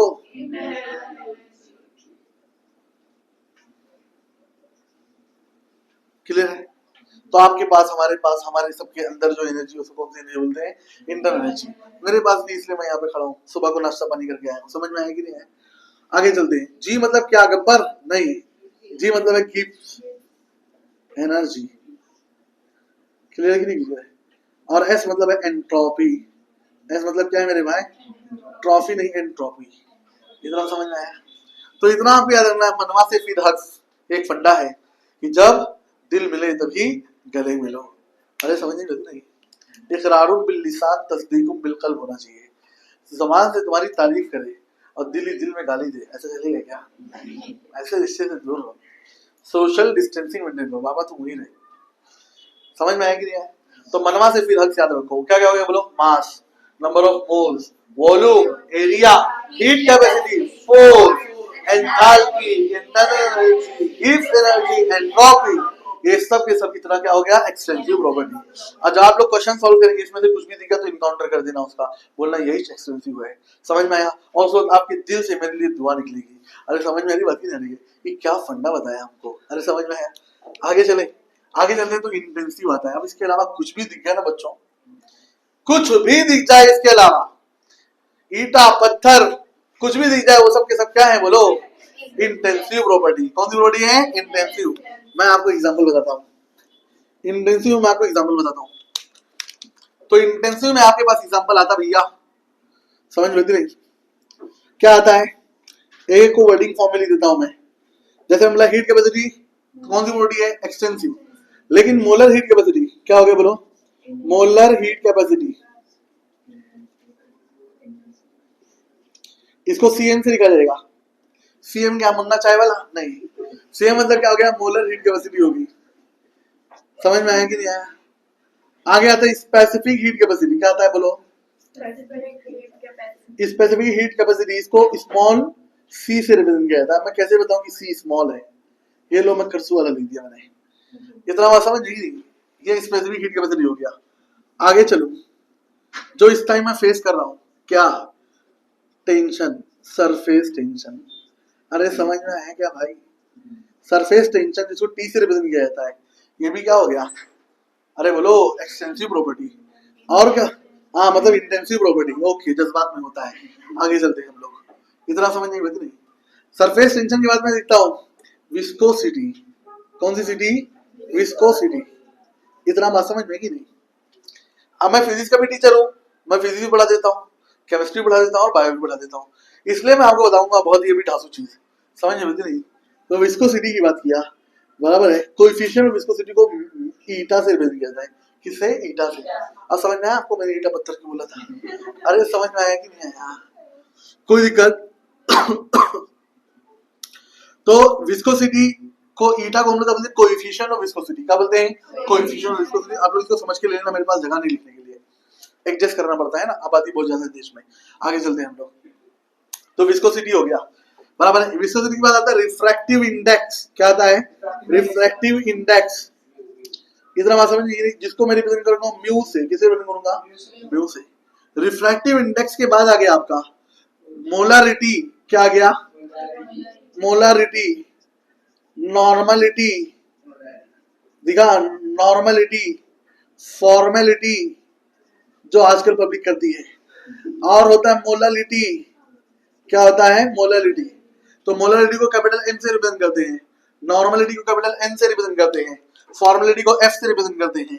तो मोलालिटी कहीं भी दिखा कैपिटल एम, नॉर्मलिटी दिखा एन कैपिटल एन, फॉर्मेलिटी दिखा तो एफ, मोलालिटी दिखा तो स्मॉल एम। ये सब कंसंट्रेशन टर्म्स में आती है। किसमें आती है बोलो? Concentration terms. Molality concentration terms में नहीं है, समझ में नहीं कि उसका फॉर्मूला क्या होता है? Number of moles by weight of solvent in kg होता है। समझ में नहीं? Concentration terms are only those in which number of mole will be divided by volume of the solution. अरे क्लियर कि नहीं क्लियर है? कोई दिक्कत? खैर चर्चा में नहीं जाऊंगा, मैं बाद में देखेंगे उसको हम लोग सॉल्यूशन चैप्टर में, तभी से देखेंगे। कितना बात समझ में ही नहीं आपको? और मैं क्या क्या लिख दूं? सबसे इंपॉर्टेंट तो मैं लिखना भूल गया, चलो मैं लिख देता हूं। मैं लिख देता हूं, अपने लहू से लिख देता हूं। मैं डेंसिटी की बात करता हूं। मैं किसकी बात करता हूं? डेंसिटी। रो मतलब क्या? रो रो रो योर बोट, ऐसा नहीं है। रो मतलब हो गया डेंसिटी। रो मतलब क्या हो गया बोलो? डेंसिटी हो गया। समझ में आ रहा है? अरे क्लियर है क्या? कोई टेंशन, कोई ऑब्जेक्शन? या अल्लाह, ये तो बहुत एडजस्ट करना पड़ेगा। चलो ठीक है, फिर भी आप लोग समझ के लेंगे। अब क्या कर सकते हैं, मैं यहाँ पर बताने जा रहा हूँ, समझ में नहीं? ये सब क्या लिखने जा रहा हूँ मैं? एक्सटेंसिव प्रॉपर्टीज लिखने जा रहा हूँ। तो एक्सटेंसिव प्रॉपर्टीज में क्या लिखूंगा यहाँ पे? हाँ, 6th के बाद 7th लिखता हूँ। ये देखो मैं अपने लघु से लिख रहा हूँ, ये बहुत इंपॉर्टेंट है। ये क्या है बोलो? डेंसिटी। डेंसिटी, डेंसिटी को किसे लिखते हैं? रो से। और क्या ही बताऊं मैं आपको, 8वां लिखता हूं मैं। डेंसिटी के बाद आता है टेम्परेचर। टी मतलब क्या है? टेम्परेचर है, जो कि आजकल बहुत ज्यादा एसी चालू करना पड़ रहा है। अरे क्लियर है? और ये भी बहुत ज्यादा जो लिखने जा रहा हूँ, क्या?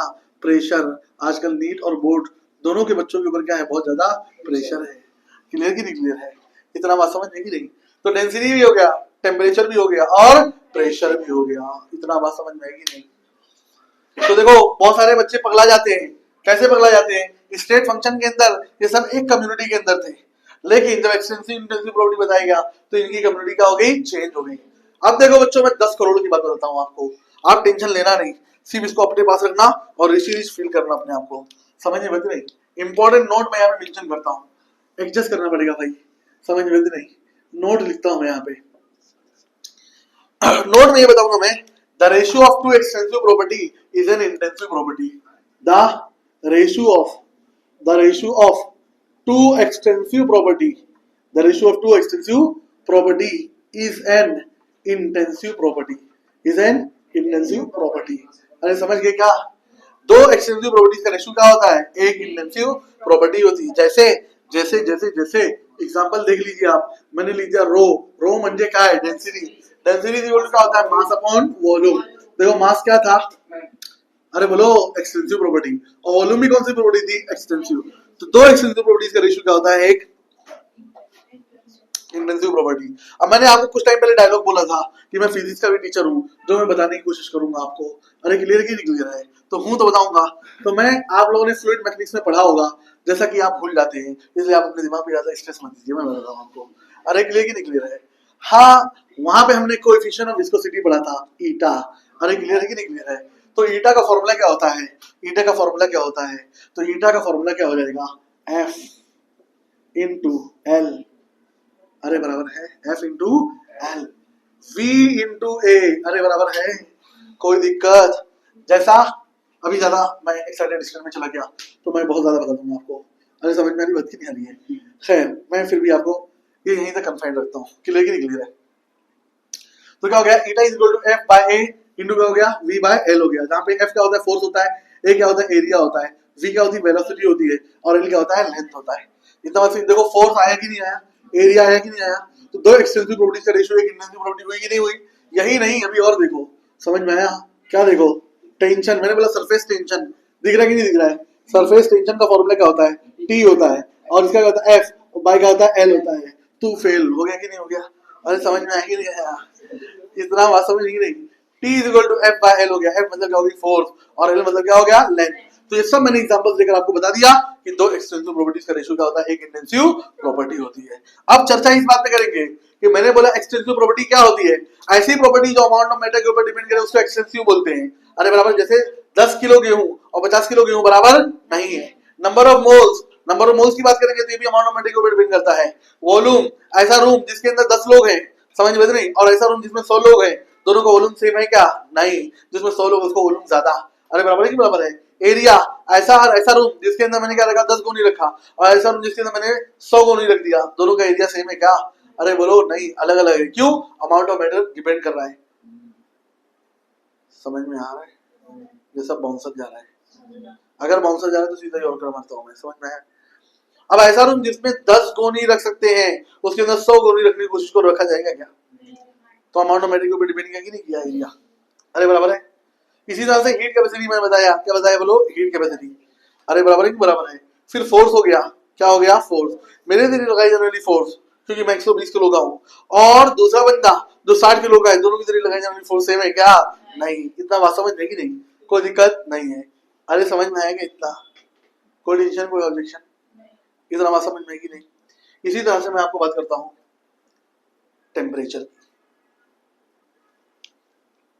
डेंसिटी, प्रेशर की। एक कप पानी लूं मैं, ओनली 1 कप वाटर, क्योंकि कॉफी मेरी अभी भी थर्मस में रखी हुई है, आइसोलेटरी सिस्टम। समझ में आया? तो मैं पानी पीने जा रहा हूं, एक कप में मैंने पानी निकाला, एक ग्लास में मैंने पानी निकाला, अचानक से मेरे दिमाग में स्ट्राइक कर गया इंटेंसिव प्रॉपर्टी। उस पानी को देखकर मैं इंटेंसिव प्रॉपर्टी का अंदाजा लगा रहा हूं। ये पानी कहां से आया? झील से आया। उस झील के अंदर जो वाटर मौजूद है और मेरे ग्लास में जो वाटर मौजूद है, दोनों की क्वांटिटी सेम है क्या?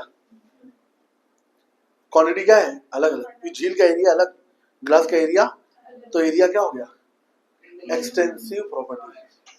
एरिया क्या हो गया? लेकिन उस ग्लास के अंदर जो वाटर मौजूद है और जो झील के अंदर वाटर मौजूद है, दोनों की डेंसिटी कितना है? 1। अरे बराबर की बराबर है? दोनों की डेंसिटी सेम है, दोनों की डेंसिटी सेम। डेंसिटी वाटर कितना होता है? 10⁻³ kg पर मीटर क्यूब होता है। अरे समझ में आया? क्योंकि मैं फिजिक्स का टीचर हूं इसलिए बता रहा हूं मैं आपको। अरे समझ में आया कि नहीं आया? तो डेंसिटी ऑफ वाटर कितना होता है? 10⁻³ kg पर मीटर क्यूब। जो एक गिलास पानी मेरे पास मौजूद है उसकी भी डेंसिटी वही है, और जो उस झील के अंदर है उसकी भी डेंसिटी वही है, और जो यमुना, गंगा और जितनी भी नदियां हैं हमारी, ये सब की सबकी डेंसिटी क्या है? सेम है। चाहे मैं एक ग्लास की बात करूं, चाहे पूरी झील की बात करूं, चाहे पूरी नदी की बात कर दूं, सबकी डेंसिटी उतना ही है। तो बताओ डेंसिटी अमाउंट ऑफ मैटर के ऊपर डिपेंड हुई? नहीं। यही वजह है कि डेंसिटी क्या हो गई? क्योंकि वो अमाउंट ऑफ मैटर के ऊपर डिपेंड नहीं कर रही। अब मैं और क्या बताऊं आपको? टेम्परेचर की बात किया, उसी ग्लास के पानी को मैं देखते देखते मैंने पिया नहीं, मैं बोला एक्सपेरिमेंट करके देखता हूं। मैंने उसको बॉईल किया। क्या किया? बॉईल किया। और उस झील के पानी को भी बॉईल किया। दोनों का बॉइलिंग पॉइंट कितना डिग्री सेल्सियस था? 100 डिग्री सेल्सियस। मैंने फ्रीज कर दिया, उसको फ्रीज करके देखा मैंने तो 0 डिग्री सेल्सियस से नीचे गया तो फ्रीज हुआ, और 100 डिग्री सेल्सियस तक गया या उसके ऊपर गया तो बॉईल होना शुरू हुआ। अरे समझ नहीं बती नहीं। तो उस ग्लास के पानी का भी बॉइलिंग पॉइंट वही, और उस झील के पानी का भी बॉइलिंग पॉइंट वही। तो अमाउंट ऑफ मेटेरियल के ऊपर डिपेंड किया क्या? नहीं। कौन ने डिपेंड किया? टेम्परेचर। इसलिए टेम्परेचर भी क्या हो गया? Intensive property. प्रेशर की बात किया, उस हंडी के अंदर, उस ग्लास के अंदर जो पानी था, ग्लास के अंदर पानी जो मौजूद था, उसको भी मैंने ढका नहीं था, इसलिए उसके ऊपर भी एटमॉस्फेरिक प्रेशर जो लग रहा था, कितना लग रहा था? 1 एटमॉस्फेयर। कितना लग रहा था? लेकिन उस झील के अंदर जो पानी था, उस झील के पानी के ऊपर कोई ढक्कन रखा था क्या? नहीं। उसके ऊपर भी प्रेशर कितना लग रहा था? 1 एटमॉस्फेयर। तो चाहे बहुत ज्यादा पानी लो, चाहे कम पानी लो, उसकी प्रेशर भी क्या है? सेम। बराबर है कि बराबर है? तो प्रेशर, टेम्परेचर, डेंसिटी, ये सब अमाउंट ऑफ मेटेरियल के ऊपर डिपेंड नहीं करते हैं। इसलिए सब के सब कैसी प्रॉपर्टी होगी बोलो बच्चों? Intensive property. एकदम चमका क्या सबको? एकदम शानदार तरीके से समझ में आया? सबको चमक गया? कोई डाउट? इतना बात समझ में आई? एक बार मन की आंख से दीदार कर लीजिए इसका। ठीक है, तो इतना हम लोगों ने टॉपिक देख लिया आपका। क्लियर है? थर्मोडायनामिक्स देख लिया, उसकी प्रॉपर्टीज देख लिया, फिर थर्मोडायनामिक्स की फंडामेंटल प्रॉपर्टीज में हमने सबसे पहले क्या देखा? सिस्टम देखा, सराउंडिंग देखा, बाउंड्री देखा। आफ्टर दैट हम लोगों ने किसकी स्टडी किया? अरे बोलो, types of system. Types of system के बाद क्या देखा? टाइप्स ऑफ फंक्शन, फिर टाइप्स ऑफ प्रॉपर्टीज देखा। अभी हम लोग क्या देखने जा रहे हैं? Types of process. क्लियर है? तो हमारा टॉपिक आता है नेक्स्ट, थर्मोडायनामिक प्रोसेस।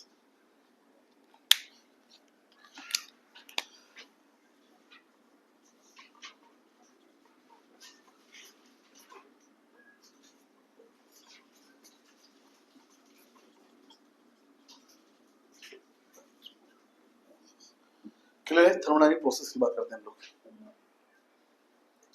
इतना बात समझ में कि नहीं? कोई दिक्कत? तो थर्मोडायनामिक प्रोसेस क्या होता है? सबसे पहले इसकी डेफिनेशन देखना जरूरी है। क्लियर है? तो due to the change in state of the system, due to the change in state of the system, the process will be obtained, will be considered as the thermodynamic process. Clear है? System के state में change कर कर जो process हमको obtained होता है, उसको हम लोग क्या बोलते हैं? थर्मोडायनामिक प्रोसेस बोलते हैं। क्लियर है? क्या क्या थर्मोडायनामिक प्रोसेस होते हैं उसको हम लोग देखते हैं। क्लियर है? Thermodynamic process are of following types. सबसे फर्स्ट टाइप देखते हैं हम लोग, आइसोथर्मल। क्या देखते हैं बोलो? आइसोथर्मल। तो आइसोथर्मल प्रोसेस की जब भी बात की जाएगी बच्चों, इसके अंदर नंबर ऑफ मोल्स और टेम्परेचर क्या रहेंगे? कांस्टेंट। इतना बात समझ में कि नहीं? कोई दिक्कत? क्या क्या कांस्टेंट है बोलो? नंबर ऑफ मोल्स और टेम्परेचर। अरे क्लियर है? तो isothermal process, the process during which temperature of the system remain constant.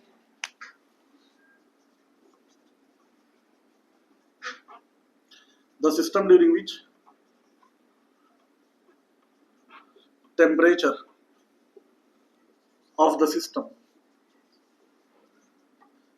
remain constant.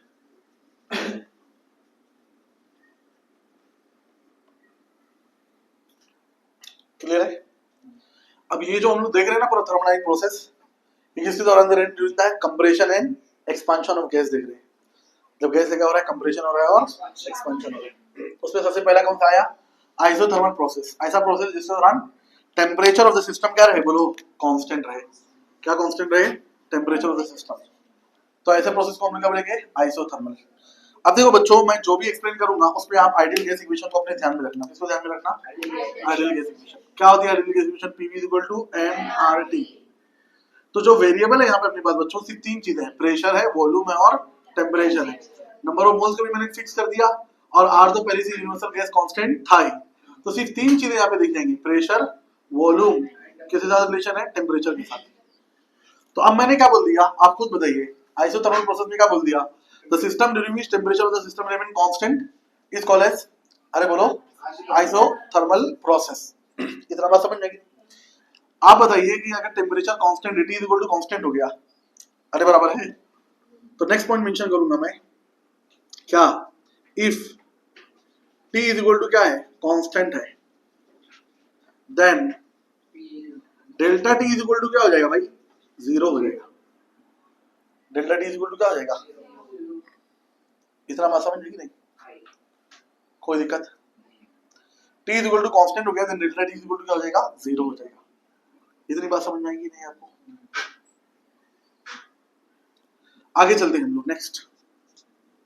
मतलब चेंज इन टेम्परेचर 0 क्यों हुआ, क्योंकि टेम्परेचर कांस्टेंट था, इनिशियल टेम्परेचर भी वही है, फाइनल टेम्परेचर भी वही है, तो इनिशियल और फाइनल टेम्परेचर वही होने की वजह से चेंज इन टेम्परेचर क्या हो गया, 0।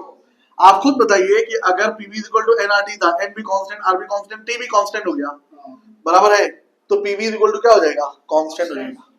तो नेक्स्ट थिंग मैं यहाँ पे मेंशन कर देता हूँ, पीवी इक्वल टू क्या हो जाएगा, कांस्टेंट। अरे बराबर है, पीवी इक्वल टू कांस्टेंट हो गया, इसका मतलब कौन सा लॉ, बॉयल्स लॉ, कौन सा लॉ, बॉयल्स लॉ। अरे बराबर है, और बॉयल्स लॉ की बात हो जाएगी तो प्रेशर का रिलेशन मालूम क्या पड़ा, आइसोथर्मल प्रोसेस में प्रेशर का रिलेशन वॉल्यूम के साथ कैसा हो जाएगा, इनवर्स। प्रेशर रिलेशन वॉल्यूम के साथ कैसा हो जाएगा, इनवर्स हो जाएगा। यानी अगर टेम्परेचर कांस्टेंट है तो वेरिएबल कौन हुआ, प्रेशर एंड वॉल्यूम। अरे क्लियर नहीं क्लियर है, तो इसीलिए नेक्स्ट पॉइंट मेंशन करेंगे, increase in pressure, increase in pressure leads to decrease in volume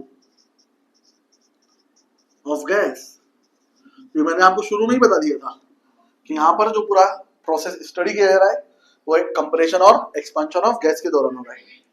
तो अगर आप प्रेशर बढ़ा रहे हैं, इसका मतलब गैस को आप क्या कर रहे हैं, कंप्रेस कर रहे हैं, तो उसका वॉल्यूम क्या हो जा रहा है, कम हो जा रहा है। क्लियर है?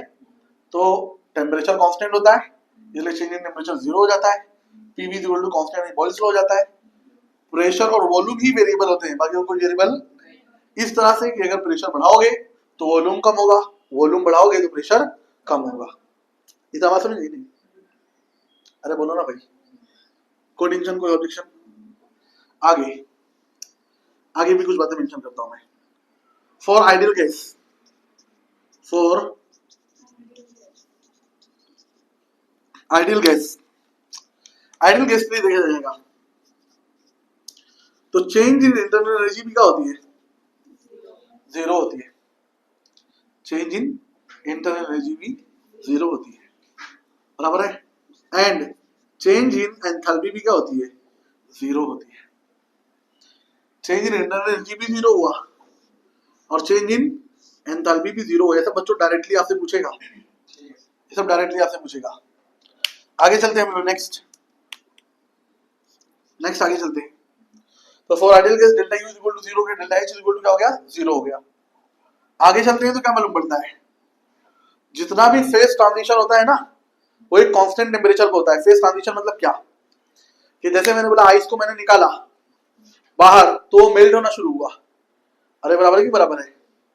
तो फ्रीजिंग टेम्परेचर कितना है, 0 डिग्री सेल्सियस से नीचे, और मेल्टिंग टेम्परेचर कितना है, 0 डिग्री सेल्सियस के ऊपर। बॉइलिंग टेम्परेचर कितना है, 100 डिग्री सेल्सियस, यानी वेपर का बनना। अरे बराबर है कि बराबर है? तो पहले वो क्या था, सॉलिड स्टेट में था, उसको निकाल के मैंने बाहर रखा तो क्या हुआ, मेल्ट हुआ। तो कितना डिग्री सेल्सियस, 0 डिग्री सेल्सियस से ऊपर टेम्परेचर मिला। अरे बराबर है? लिक्विड बन गया, सॉलिड से क्या बन गया, लिक्विड। फेज ट्रांजिशन हुआ कि नहीं हुआ, पहले सॉलिड था लिक्विड बन गया। अब इस लिक्विड को मैं क्या करूंगा, हीट करूंगा तो क्या बनेगा, वेपर। तो उस दौरान टेम्परेचर कितना होगा, 100 डिग्री सेल्सियस। तो एक फिक्स टेम्परेचर की बात हो रही है कि नहीं हो रही है? तो ऑल फेज ट्रांजिशन, जितने भी फेज ट्रांजिशन होते हैं वो सब के सब क्या होते हैं बोलो, आइसोथर्मल होते हैं। क्या होते हैं बोलो? हाँ, तो all phase transition, all phase transition, जितने भी फेज ट्रांजिशन होंगे वो सब के सब क्या होंगे बोलो, आइसोथर्मल होंगे। क्या होंगे बोलो, आइसोथर्मल, बराबर है। बट लेकिन इस दौरान change in internal energy is not equal to 0 and change in enthalpy is not equal to 0। लेकिन इस दौरान चेंज इन एंथैल्पी जो होती है वो इक्वल टू 0 नहीं होती है और चेंज इन एंथैल्पी भी इक्वल टू 0 नहीं होती है। इतनी बात समझ में आई कि नहीं? कोई दिक्कत, कोई टेंशन, कोई ऑब्जेक्ट? नेक्स्ट हो जाएगा बच्चों, heat will be exchange with surrounding. ये बहुत इंपॉर्टेंट बात है, ये आपको याद होना चाहिए। जस्ट अपोजिट है इसका एडियाबैटिक प्रोसेस, जहां पर हीट का एक्सचेंज होता है सराउंडिंग के साथ, नहीं होता है, लेकिन आइसोथर्मल में हीट का एक्सचेंज होता है कहाँ पर, सराउंडिंग के साथ। इतना बात समझ नहीं आई? तो heat will be exchange with surrounding, that is, इसका मतलब क्या हो गया, इसका मतलब ये हो गया कि Q is not equal to 0 है। अरे समझ में आई क्या बात? तो इतना बातें किसके बारे में होगी बच्चों? अरे बोलो, आइसोथर्मल। कोई दिक्कत? बस आइडियल केस इक्वेशन आपको याद रखना है, एकदम इजी चीज है, बराबर है। आगे चलते हैं। आइसोथर्मल के बाद कौन सा प्रोसेस आएगा बच्चों? आइसोथर्मल के बाद आइसोबारिक। आइसोथर्मल के बाद कौन सा आ जाएगा? आइसोबारिक। अभी आइसोबारिक को क्या पढ़ने का आप लोग? आइसोपारिक। बारिक को क्या पढ़ने का? पारिक। तो समझ में आएगा तुमको कि प्रेशर कांस्टेंट है। कौन कांस्टेंट है? Pressure, number of moles and pressure is equal to क्या हो गया? कांस्टेंट। अब मन की आंख से आइडियल गैस इक्वेशन को देखो। अब आपने क्या किया, जब प्रेशर को कांस्टेंट किया तो बचा कौन? वॉल्यूम और टेम्परेचर। तो वेरिएबल कौन हो जाएंगे? वॉल्यूम और टेम्परेचर। इस तरह से कि टेम्परेचर बढ़ाओगे तो वॉल्यूम क्या होगा? बढ़ेगा। और खुद सोचो ना भैया तुम कि टेम्परेचर बढ़ाओगे तो वॉल्यूम बढ़ेगा, इसका मतलब क्या हो रहा है? जब तुम टेम्परेचर बढ़ा रहे हो, समझ में नहीं, तो अगर लिक्विड है तो क्या बनेगा? गैस। और गैस अगर ये एक्सपांड करेगी तो वॉल्यूम क्या होता जाएगा? बढ़ते चले जाएगा। इतना बात समझ नहीं रही? कोई दिक्कत? तो आइसोबारिक की बात करेंगे तो number of moles of pressure क्या हो जाता है? कांस्टेंट हो जाता है। तो ऐसा सिस्टम जिसके दौरान प्रेशर कांस्टेंट हो उसको हम लोग क्या बोलते हैं? आइसोबारिक। अरे बराबर है। द सिस्टम, अरे बराबर है। तो द सिस्टम नहीं लिखा जाएगा, द प्रोसेस लिखा जाएगा। क्या लिखा जाएगा? The process. The process, the process during which the process during which pressure of the system, pressure of the system remain constant, pressure of the system remain constant, बराबर है, is known as isobaric process. Clear है? क्या constant हो गया बोलो? Pressure constant हो गया। ऐसा प्रोसेस जिसके दौरान pressure of the system remain constant हो उसको हम लोग कौन सा प्रोसेस बोलते हैं? बोलो, आइसोबारिक। इतना बात समझ में आई आपको? आगे मेंशन करके if pressure is equal to constant हो गया देन चेंज इन प्रेशर क्या हो जाएगा भाई? 0 हो जाएगा। अरे बराबर है। और आइडियल गैस इक्वेशन के हिसाब से देखेंगे हम लोग, तो आइडियल गैस इक्वेशन के हिसाब से देखेंगे क्या अगर प्रेशर कांस्टेंट हो गया तो वॉल्यूम और टेंपरेचर का रिलेशन कैसा हो जाएगा? डायरेक्ट हो जाएगा। अरे बराबर है। That is volume is directly proportional to क्या हो गया? टेम्परेचर हो गया। अरे बराबर है। कौन सा लॉ? अरे बोलो, कौन सा लॉ? Charles law. इतना बात समझ नहीं रही? कोई दिक्कत? इसका मतलब क्या हो गया? वॉल्यूम और टेम्परेचर वेरिएबल है। इसका मतलब क्या हो गया? Increase in volume, increase in temperature will leads to increase in volume, increase in temperature will leads to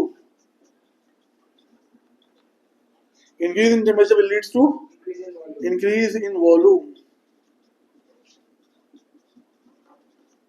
इतनी बात समझ में आई? टेम्परेचर बढ़ाने पर वॉल्यूम क्या हो जाएगा? बढ़ जाएगा। इतना बात समझ में आई नहीं? हम लोग क्या बोल रहे हैं? Isobaric process. आइसोबारिक यानी प्रेशर कांस्टेंट है। इसका मतलब हमेशा याद रखना कि केमिकल रिएक्शन किसमें हो रहा है? ओपन कंटेनर में हो रहा है। किसमें हो रहा है? हाँ, तभी उसका प्रेशर क्या रहेगा? कांस्टेंट रहेगा। क्यों?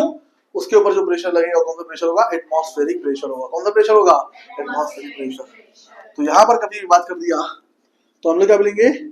Process occurs in, process occurs in open container. इतना बात समझ में नहीं? प्रोसेस कहां पर हो रहा है बोलो? ओपन कंटेनर में हो रहा है। इतनी बात कर दी गई यहाँ पे।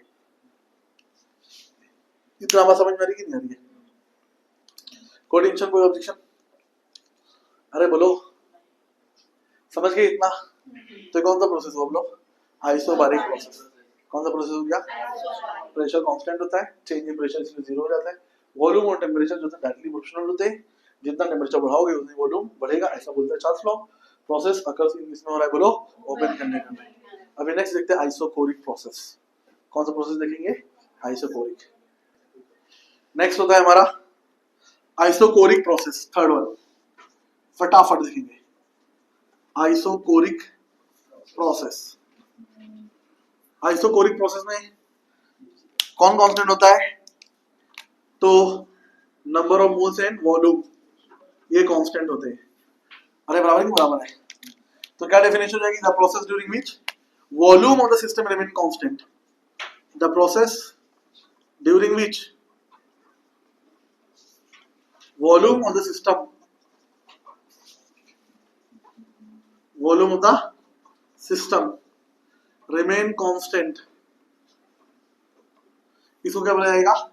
आइसोकोरिक बोला जाएगा। क्या कांस्टेंट हो गया बोलो? वॉल्यूम। आप खुद बताइए, अगर वॉल्यूम कांस्टेंट हो गया, क्या कांस्टेंट हो गया? वॉल्यूम, तो बचा कौन? प्रेशर और टेम्परेचर। प्रेशर और टेम्परेचर रिलेशन कैसा हो जाएगा? डायरेक्ट हो जाएगा। और वॉल्यूम कांस्टेंट, तो चेंज इन वॉल्यूम क्या हो जाएगा? जीरो। तो इफ वॉल्यूम कांस्टेंट है देन चेंज इन वॉल्यूम क्या हो जाएगा? जीरो हो जाएगा। इतना बात समझ में आई आप लोगों को? कोई टेंशन, कोई ऑब्जेक्शन? इतना समझ गए? आगे चलते हैं हम लोग नेक्स्ट। तो volume constant, change in volume zero हो गया। Pressure and temperature are directly proportional. अरे बराबर ही बराबर है। टेम्परेचर और प्रेशर क्या हो गया? Directly proportional. कौन सा लॉ हो गया? गेलुजैक्स लॉ हो गया।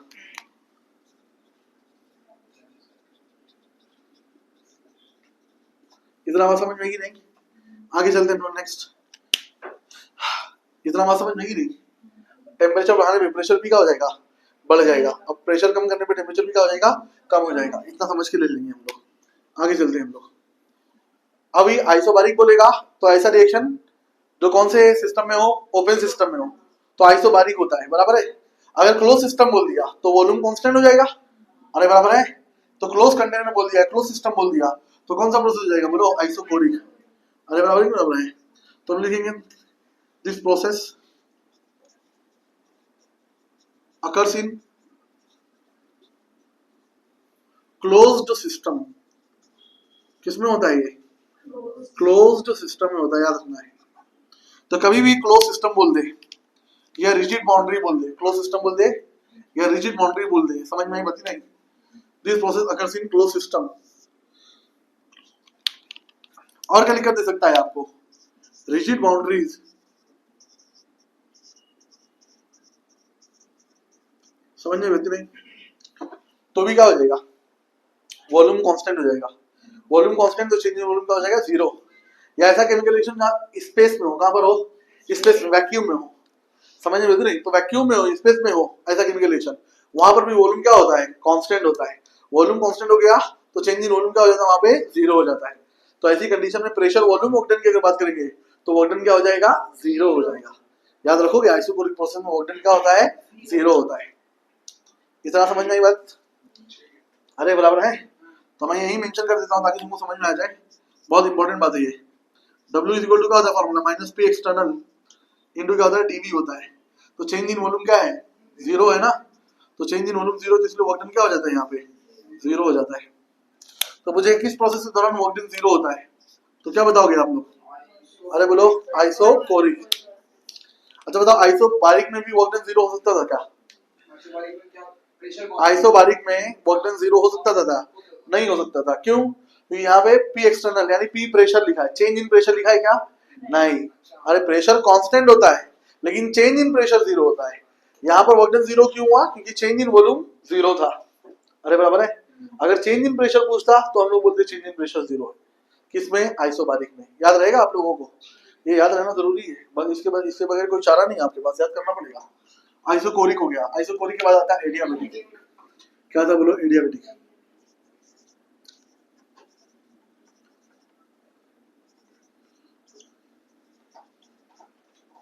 ये सबसे एंडिक प्रोसेस है, एडियाबेटिक प्रोसेस। समझ में आया कि नहीं है? तो यहाँ पे आइडियल गैस की बात खत्म होगी। टेम्परेचर, प्रेशर, वॉल्यूम देखिए आइडियल गैस था। अब यहाँ पे हम लोग देखते हैं एडियाबेटिक, बराबर है। तो हम लोग क्या बोलेंगे? The process during which exchange of heat can not takes place between the system and surrounding.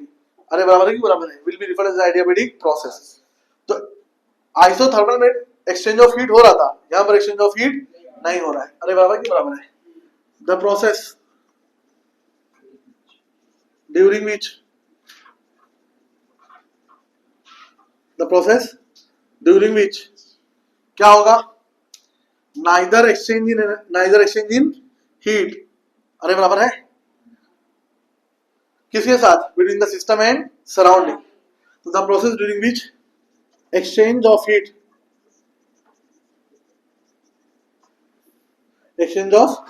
heat cannot takes place between system and surrounding, is called as the adiabatic process. That is, इसका मतलब क्या हो गया, इसका मतलब हो गया Q is equal to क्या है, जीरो है, Q इज इक्वल टू क्या है बोलो, इतना बात समझ में नहीं आ रही है, कोई दिक्कत,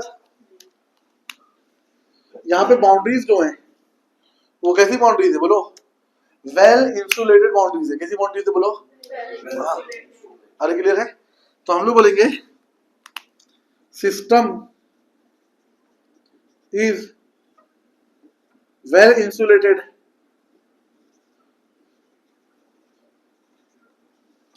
फ्रॉम सराउंडिंग, किसके through, through insulated boundaries, through insulated boundaries.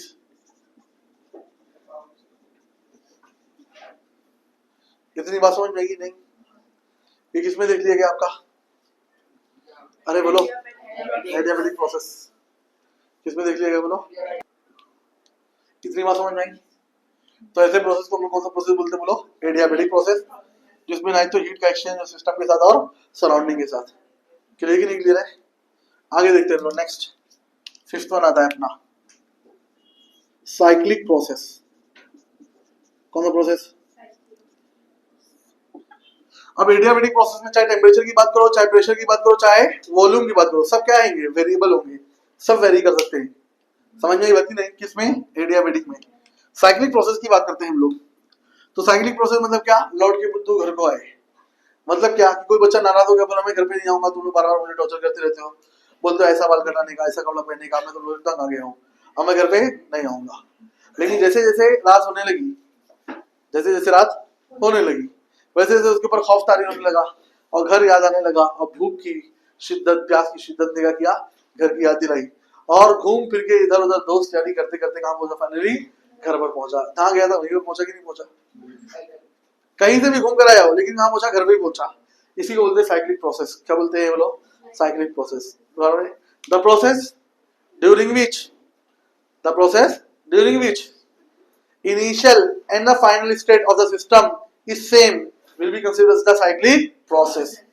अरे बराबर है कि बराबर है, कोई दिक्कत, अरे बोलो, तो हम लोग ऐसा भी बोल सकते हो आप, the process during which system reaches to its initial state by following the different path will be considered as the cyclic process। अलग अलग पाथ फॉलो करके वहां पर पहुंचा, समझ में नहीं तो क्या बोलेगा, उसको बोलो साइक्लिक प्रोसेस बोलेगा, क्या बोलेगा, साइक्लिक प्रोसेस। अरे बराबर है, तो हम लिखेंगे the process during which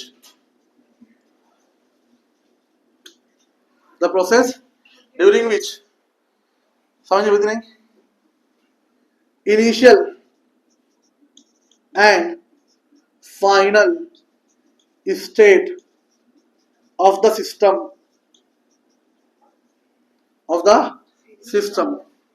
is same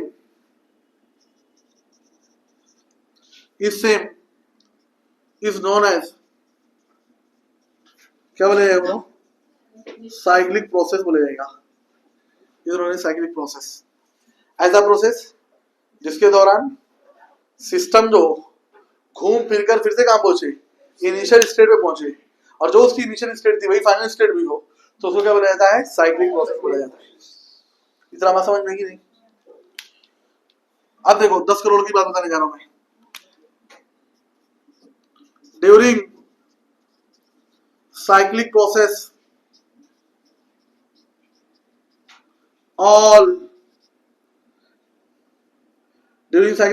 change in all state functions change in all state functions is 0। अरे समझा क्या हीरो? कोई दिक्कत? क्या बोल दिया? साइक्लिक प्रोसेस के दौरान जितने भी स्टेट फंक्शंस हैं सबका चेंज क्या होगा? 0। कोई बताएगा क्यों 0 होगा? क्योंकि वही इनिशियल स्टेट है और वही क्या है? फाइनल भी है। इनिशियल और फाइनल दोनों सेम सेम होने की वजह से उसका चेंज क्या हो जाता है? 0। अरे बराबर है। तो that is temperature delta T is equal to क्या हो जाएगा? 0। Change in pressure 0, change in volume 0, change in enthalpy 0, change in internal energy 0, change in Gibbs energy 0, change in entropy 0। ये सब स्टेट फंक्शंस थे, सबका चेंज क्या हो गया भैया? 0 हो गया। इतनी बात समझ में आ रही है आप लोगों को? कोई टेंशन, कोई ऑब्जेक्शन? तो एक बार तो आप लोग इसको मन की आंख से देख लो। मैंने आपको बता दिया आइसोकोरिक भी और एडियाबेटिक भी। आप लोग देख लीजिए इसको, बेजिंदगी से छाप लीजिए। क्लियर है? अब हम लोग आगे जो टॉपिक देखने वाले हैं वो रिवर्सिबल और इरिवर्सिबल प्रोसेस देखेंगे और आज के लेक्चर को यहीं पे उसका अंतिम संस्कार करेंगे। इतनी बात समझ में कि नहीं? ठीक है, चलो ठीक है, आगे देखते हैं हम लोग थर्मोडायनामिक प्रोसेस। तो थर्मोडायनामिक प्रोसेस पहले क्या देखा? Isothermal, isobaric, isochoric, adiabatic, cyclic. बराबर है। 6th प्रोसेस जो आता है अपने पास वो कौन सा था? Reversible and irreversible।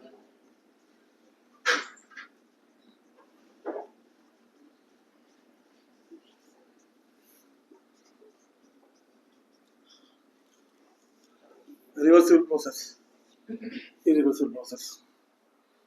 क्लियर है? अभी देखो ध्यान से, बात को समझो। रिवर्सिबल प्रोसेस जो होता है ना, ऐसा प्रोसेस जो इनफाइनाइटेसिमल, बहुत हल्का सा चेंज करने की वजह से सिस्टम में हल्का सा चेंज किए। बराबर है।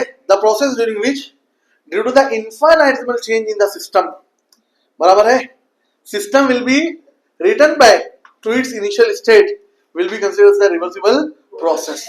अरे बराबर है। ऐसा प्रोसेस जिसके दौरान ड्राइविंग फोर्स अपोजिंग फोर्स से अगर हल्का सा भी ज्यादा हो गई, समझ रहे, तो प्रोसेस क्या हो जाता है? रिवर्स हो जाता है। अरे बराबर है कि बराबर है? तो ऐसा प्रोसेस को हम क्या बोलते हैं? रिवर्सिबल। यानी यहाँ पे ड्राइविंग फोर्स और अपोजिंग फोर्स में बहुत ज्यादा डिफरेंस, उसका अपोजिट क्या करेंगे? यहाँ पे ड्राइविंग फोर्स और अपोजिंग फोर्स में डिफरेंस क्या रहेगा? बहुत ज्यादा। अरे बराबर है कि बराबर है? तो रिवर्सिबल प्रोसेस क्या हो गया? The process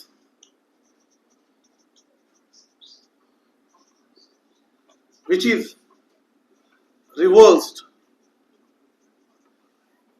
due to infinitesimally change in, बराबर है, the process which is reversed due to infinitesimally change in either driving or opposing force और opposing force। अरे समझ में आया कि नहीं आया? पहला पॉइंट, ऐसा प्रोसेस जो हल्का सा, इनफाइनाइटेसिमली मतलब क्या होता है? हल्का सा, बहुत हल्का सा। ड्राइविंग फोर्स यानी हमारे जरिए जो लगाई जा रही फोर्स है ड्राइविंग फोर्स है, और गैसियस मॉलिक्यूल्स के जरिए जो फोर्स लगाई जाएगी उसको कौन सी फोर्स बोलते हैं? Opposing force. मान लो हमने कंप्रेस किया उसको, गैसियस मॉलिक्यूल को, तो हमारे जरिए जो फोर्स लगाएगी पिस्टन को हमने कंप्रेस किया, वो ड्राइविंग फोर्स होगी। गैसियस मॉलिक्यूल को दबा के रखा है तो क्या करेंगे? अरे वो लोग कोलाइड करेंगे, वो लोग कंट्री के साथ भी कोलाइड करेंगे और अपोज करेंगे उसको, और उसके जरिए कौन सी फोर्स लगाएंगे? Opposing force. तो यहाँ पर ड्राइविंग और अपोजिंग फोर्स में ज्यादा डिफरेंस नहीं होता है। अरे बराबर, हल्का सा भी ड्राइविंग फोर्स या अपोजिंग फोर्स के अंदर प्रोसेस, हल्का सा भी ड्राइविंग फोर्स या अपोजिंग फोर्स में चेंज हुआ तो प्रोसेस क्या हो जाता है? रिवर्स हो जाता है। तो ऐसे प्रोसेस को हम लोग कौन सा प्रोसेस बोलते हैं? Reversible process. अरे बराबर है कि बराबर है? यहां पर क्या होगा? The process which is not reversed, बराबर है, या which cannot be reversed, which cannot be reversed by infinitesimally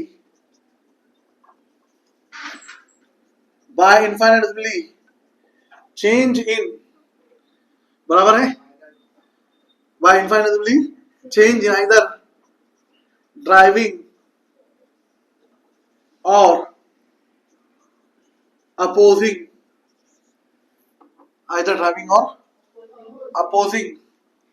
बराबर है फोर्स, इसको लिखा इरिवर्सिबल प्रोसेस। कितना याद रहेगा?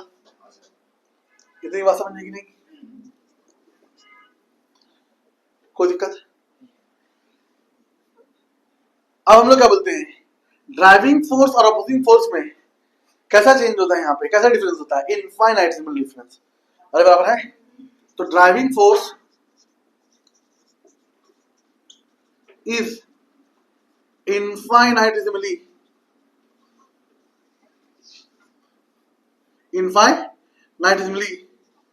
greater than opposing force। अरे समझा क्या? ड्राइविंग फोर्स और अपोजिंग फोर्स में ज्यादा डिफरेंस नहीं होता है। अरे क्लियर है? यहां पर there is a large difference,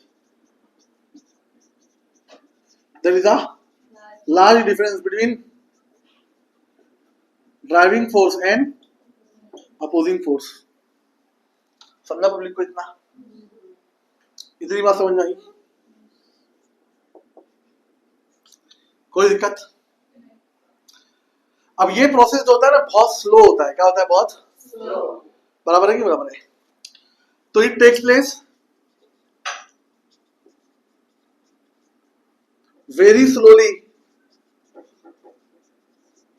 in infinite number of steps. समझ में आया क्या? ये बहुत slow infinite number of steps के अंदर क्या होता है? कंप्लीट होता है। अरे बराबर है? Hence known as quasi-static process। बराबर है? Hence known as quasi-static process। quasi-static मतलब क्या? ऐसा लगेगा कि ये रुका हुआ है, ऐसा लगेगा, लेकिन एक्चुअल में ये रुका हुआ। जैसे दीमक लकड़ी को चालती है तो अपने को लगता है क्या कि कोई प्रोसेस चालू है? ऐसा लगता है रुका हुआ है। मिट्टी लगी है लकड़ी को, लेकिन अंदर से पूरा लकड़ी का खोखला कर चुकी होती है। इसी तरह से ये भी क्या होता है? इनफाइनाइट नंबर ऑफ स्टेप्स के अंदर क्या होता है? कंप्लीट होता है। अरे बराबर है? तो it takes place very slowly in infinite number of steps. इसीलिए इसका नाम क्या रखा गया ब्रो? क्वासी स्टैटिक प्रोसेस रखा गया बच्चों। क्या नाम रखा गया ब्रो? Quasi static process. अरे बराबर है कि बराबर है? और हम लोग क्या बोलते हैं यहाँ पे? इसको क्या बोल देंगे? It takes place in a single step. एक ही स्टेप में क्या हो जाता है? ये कंप्लीट हो जाता है। अरे बराबर है कि बराबर है? कोई दिक्कत? इसका मतलब ये बहुत स्लो है तो ये क्या हो गया? बहुत फास्ट हो गया। अरे बराबर है? तो it takes place in a single step only in one direction. Only in, यहां पर तो फॉरवर्ड डायरेक्शन में जाएगा, फिर रिवर्स हो जाएगा, फिर फॉरवर्ड जाएगा, फिर बैकवर्ड हो जाएगा। तो ये इनफाइनाइट नंबर ऑफ स्टेप्स में कंप्लीट हो रहा था, इसलिए यहाँ पे वर्क डन क्या था बोलो? मैक्सिमम था। Work done is maximum. यहां पर अरे बोलो वर्क डन क्या हो जाएगा? Minimum. Work done is minimum. ये कैसा टाइम लेगा? अरे बोलो it will take infinite time. It will take infinite time. तो ये क्या हो जाएगा? It will take finite time. अरे बराबर है? कोई दिक्कत? यहां पर क्या होता है? P external is equal to P internal plus minus dP होता है। यहां पर क्या होता है? P external is equal to P internal plus minus delta P होता है। dP हमेशा स्मॉल चेंज को बताता है और डेल्टा P हमेशा लार्ज चेंज को बताता है बच्चों। इतनी बात समझ में आएगी नहीं? तो किस प्रोसेस के दौरान वर्क डन मैक्सिमम होता है? अरे बोलो रिवर्सिबल। अरे बराबर है। और इरिवर्सिबल के दौरान वर्क डन क्या होता है? मिनिमम होता है। ये मैंने आपको बता दिया। कौन सा प्रोसेस बोलो? Reversible and irreversible process. अरे बराबर है कि बराबर है? यहाँ पे हमारे टॉपिक का क्या होता है? अंतिम संस्कार होता है। एक मतलब मन की आंख से आप देख लीजिए इसको और फिर उसके बाद हम लोग नेक्स्ट लेक्चर में क्या करेंगे? टॉपिक को इनिशिएट करेंगे। Thank you so much to all of you for watching the lecture.